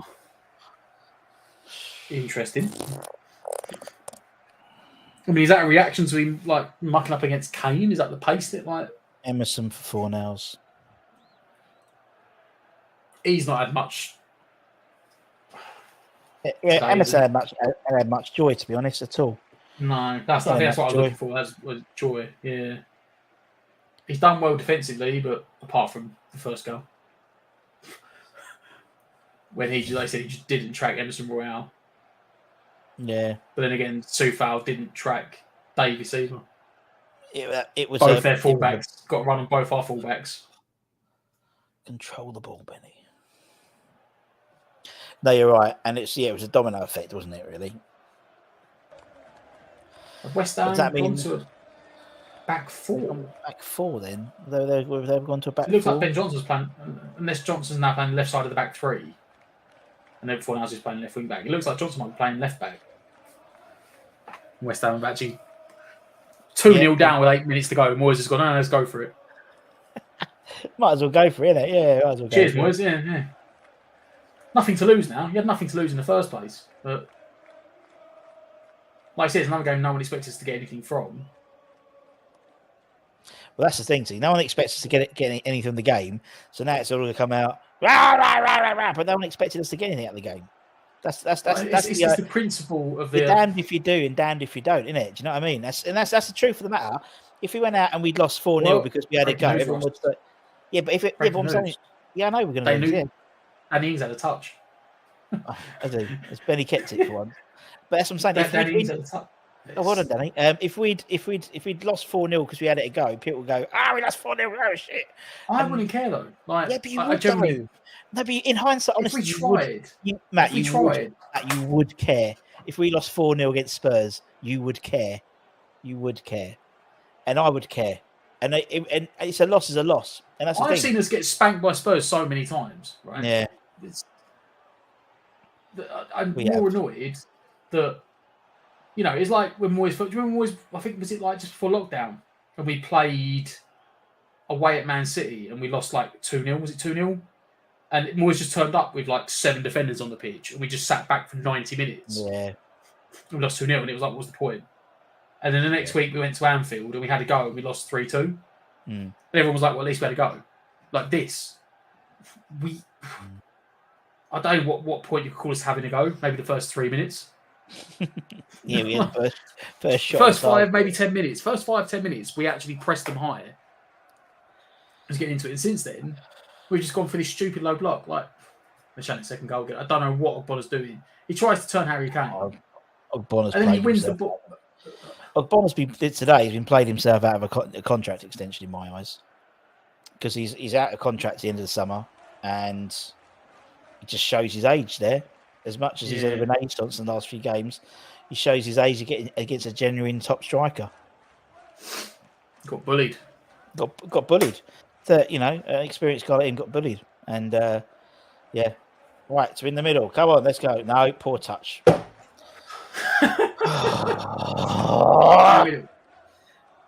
Oh, Danny. He's offside anyway. That's fine. Exactly that. Yeah, look. Pete's right. Souček's run quite well. Soufal's run quite well. I said Emerson was too much defending. I said to you at the start, it's the tactics. I said we're going to get outdone on the wings because they play with wing backs and wingers, and we're just playing with wing backs. We've got no wingers. I mean, Skip's now time. I don't know why you're time wasting, mate. The only thing you're time wasting is whether you get more goals or not.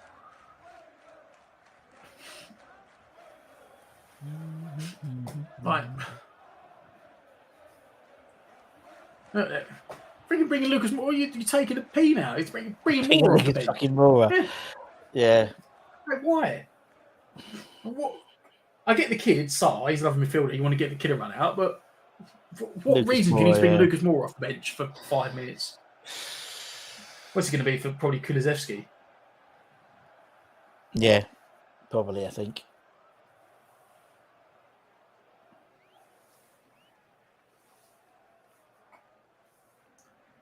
Another thing you've got to consider, though, like we haven't really spoke about, I spoke about Bonner, is that he is a year older than Noble. Yeah. I'm pretty sure. Yeah. And Noble retired, and he's still playing.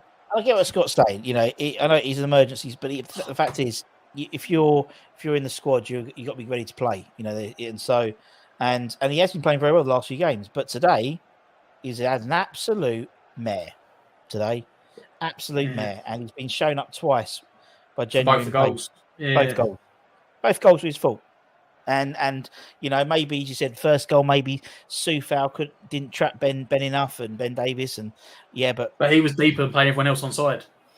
Oggy played them all on side, and then again was trying to cover his arse, running behind him, and then unfortunately he left a massive gap, which and also Emerson had a shot.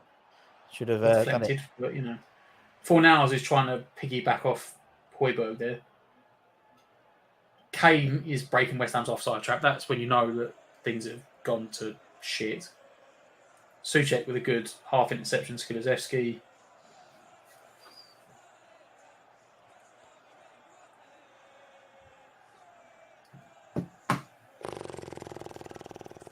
Well, yes, West Ham don't bother trying to get the ball back. Like, I don't understand Moyes' tactics sometimes. Like, I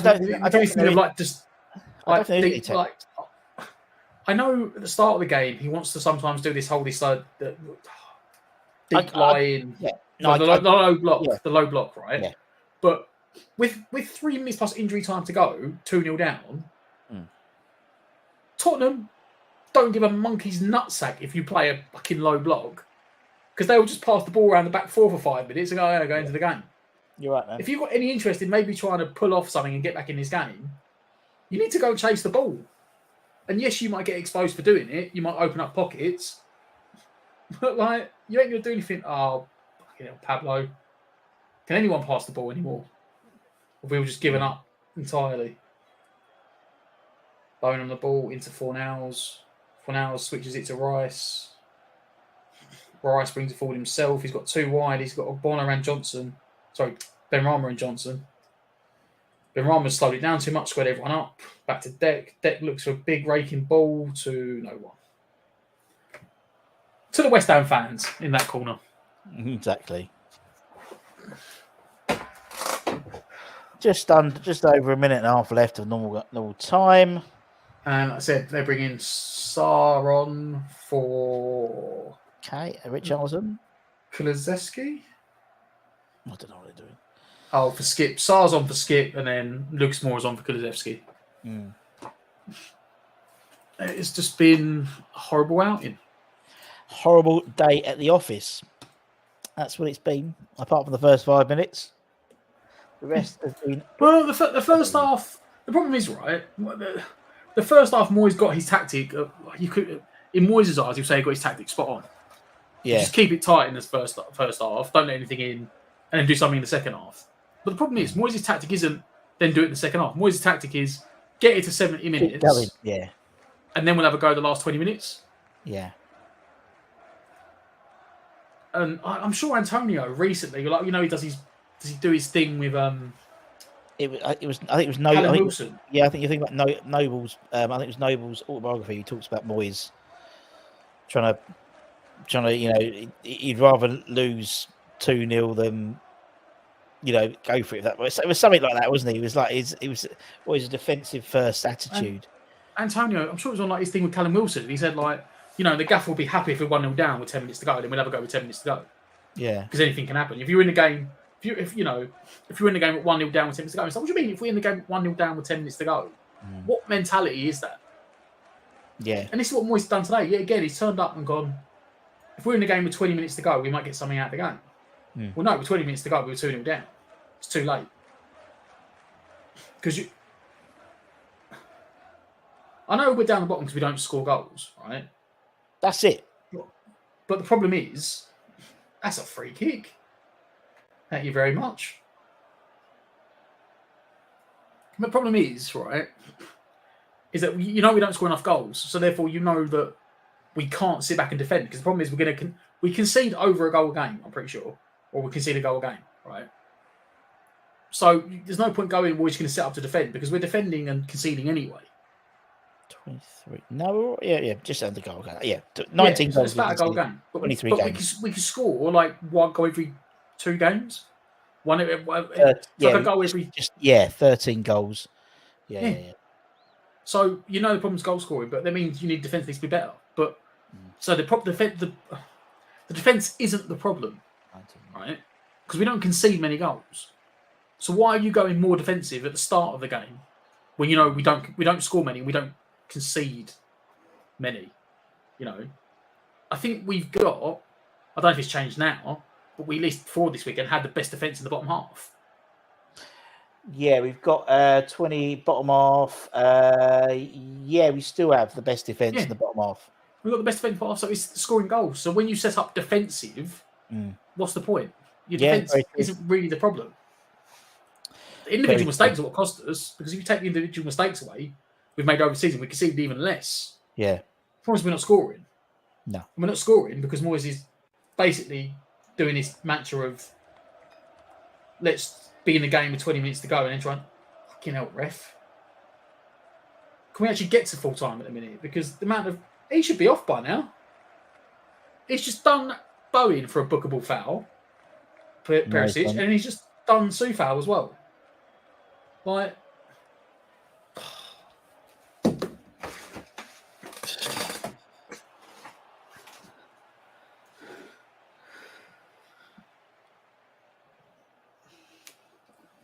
yeah, don't get involved now. What about time someone shows some fucking passion? I say the only time someone showed any passion today. Yeah. And he's going to get himself booked. Clever. That's clever from the captain, isn't it? That's what I'm saying. He's right, but he should take the ref. It's in the wrong. He does it the wrong thing, the wrong way. Now he's going to get booked for that. What happens if in the last game of the season we need him and he's got booked because he's been stupid and he's still carrying on now? That's what winds me up sometimes with footballers. They don't think about. He's the captain. If he gets booked for kicking off, I'm sure he show. I love him. But sometimes he does frustrate me. And I know me. I'm not blaming him. I'm just saying sometimes it's the right way it needs to be as a captain. You do it the ref. But that's like maturity, isn't it? Yeah, you do it to the ref. You don't do it to the player. You don't. What if he, God forbid, nutted him or whatever? Because he could easily, in the heat of the moment. That's it. That's what I'm trying to say. We can't win with Rice. How it matters. Yeah, good point, Mandy. Good point. Yeah, players need to check themselves. Yeah, you're totally right, Mickey. And that'd be about it.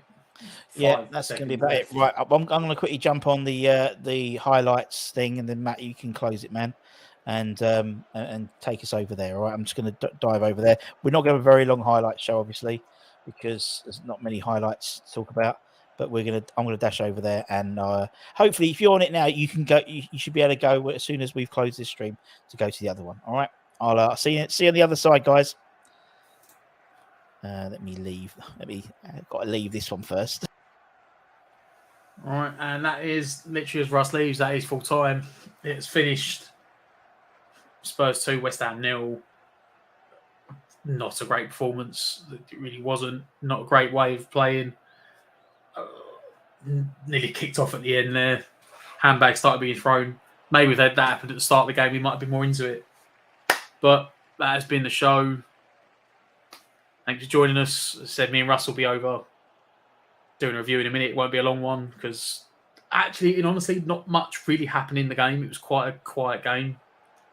Here's what it is. I don't know how we try and build this, but we do. As always, remember to like, share, and subscribe. Get your comments in. I said, if you stick on this, you should be drifted over now, and I'll drift everyone over. Try and find some positives. Come on, you Irons.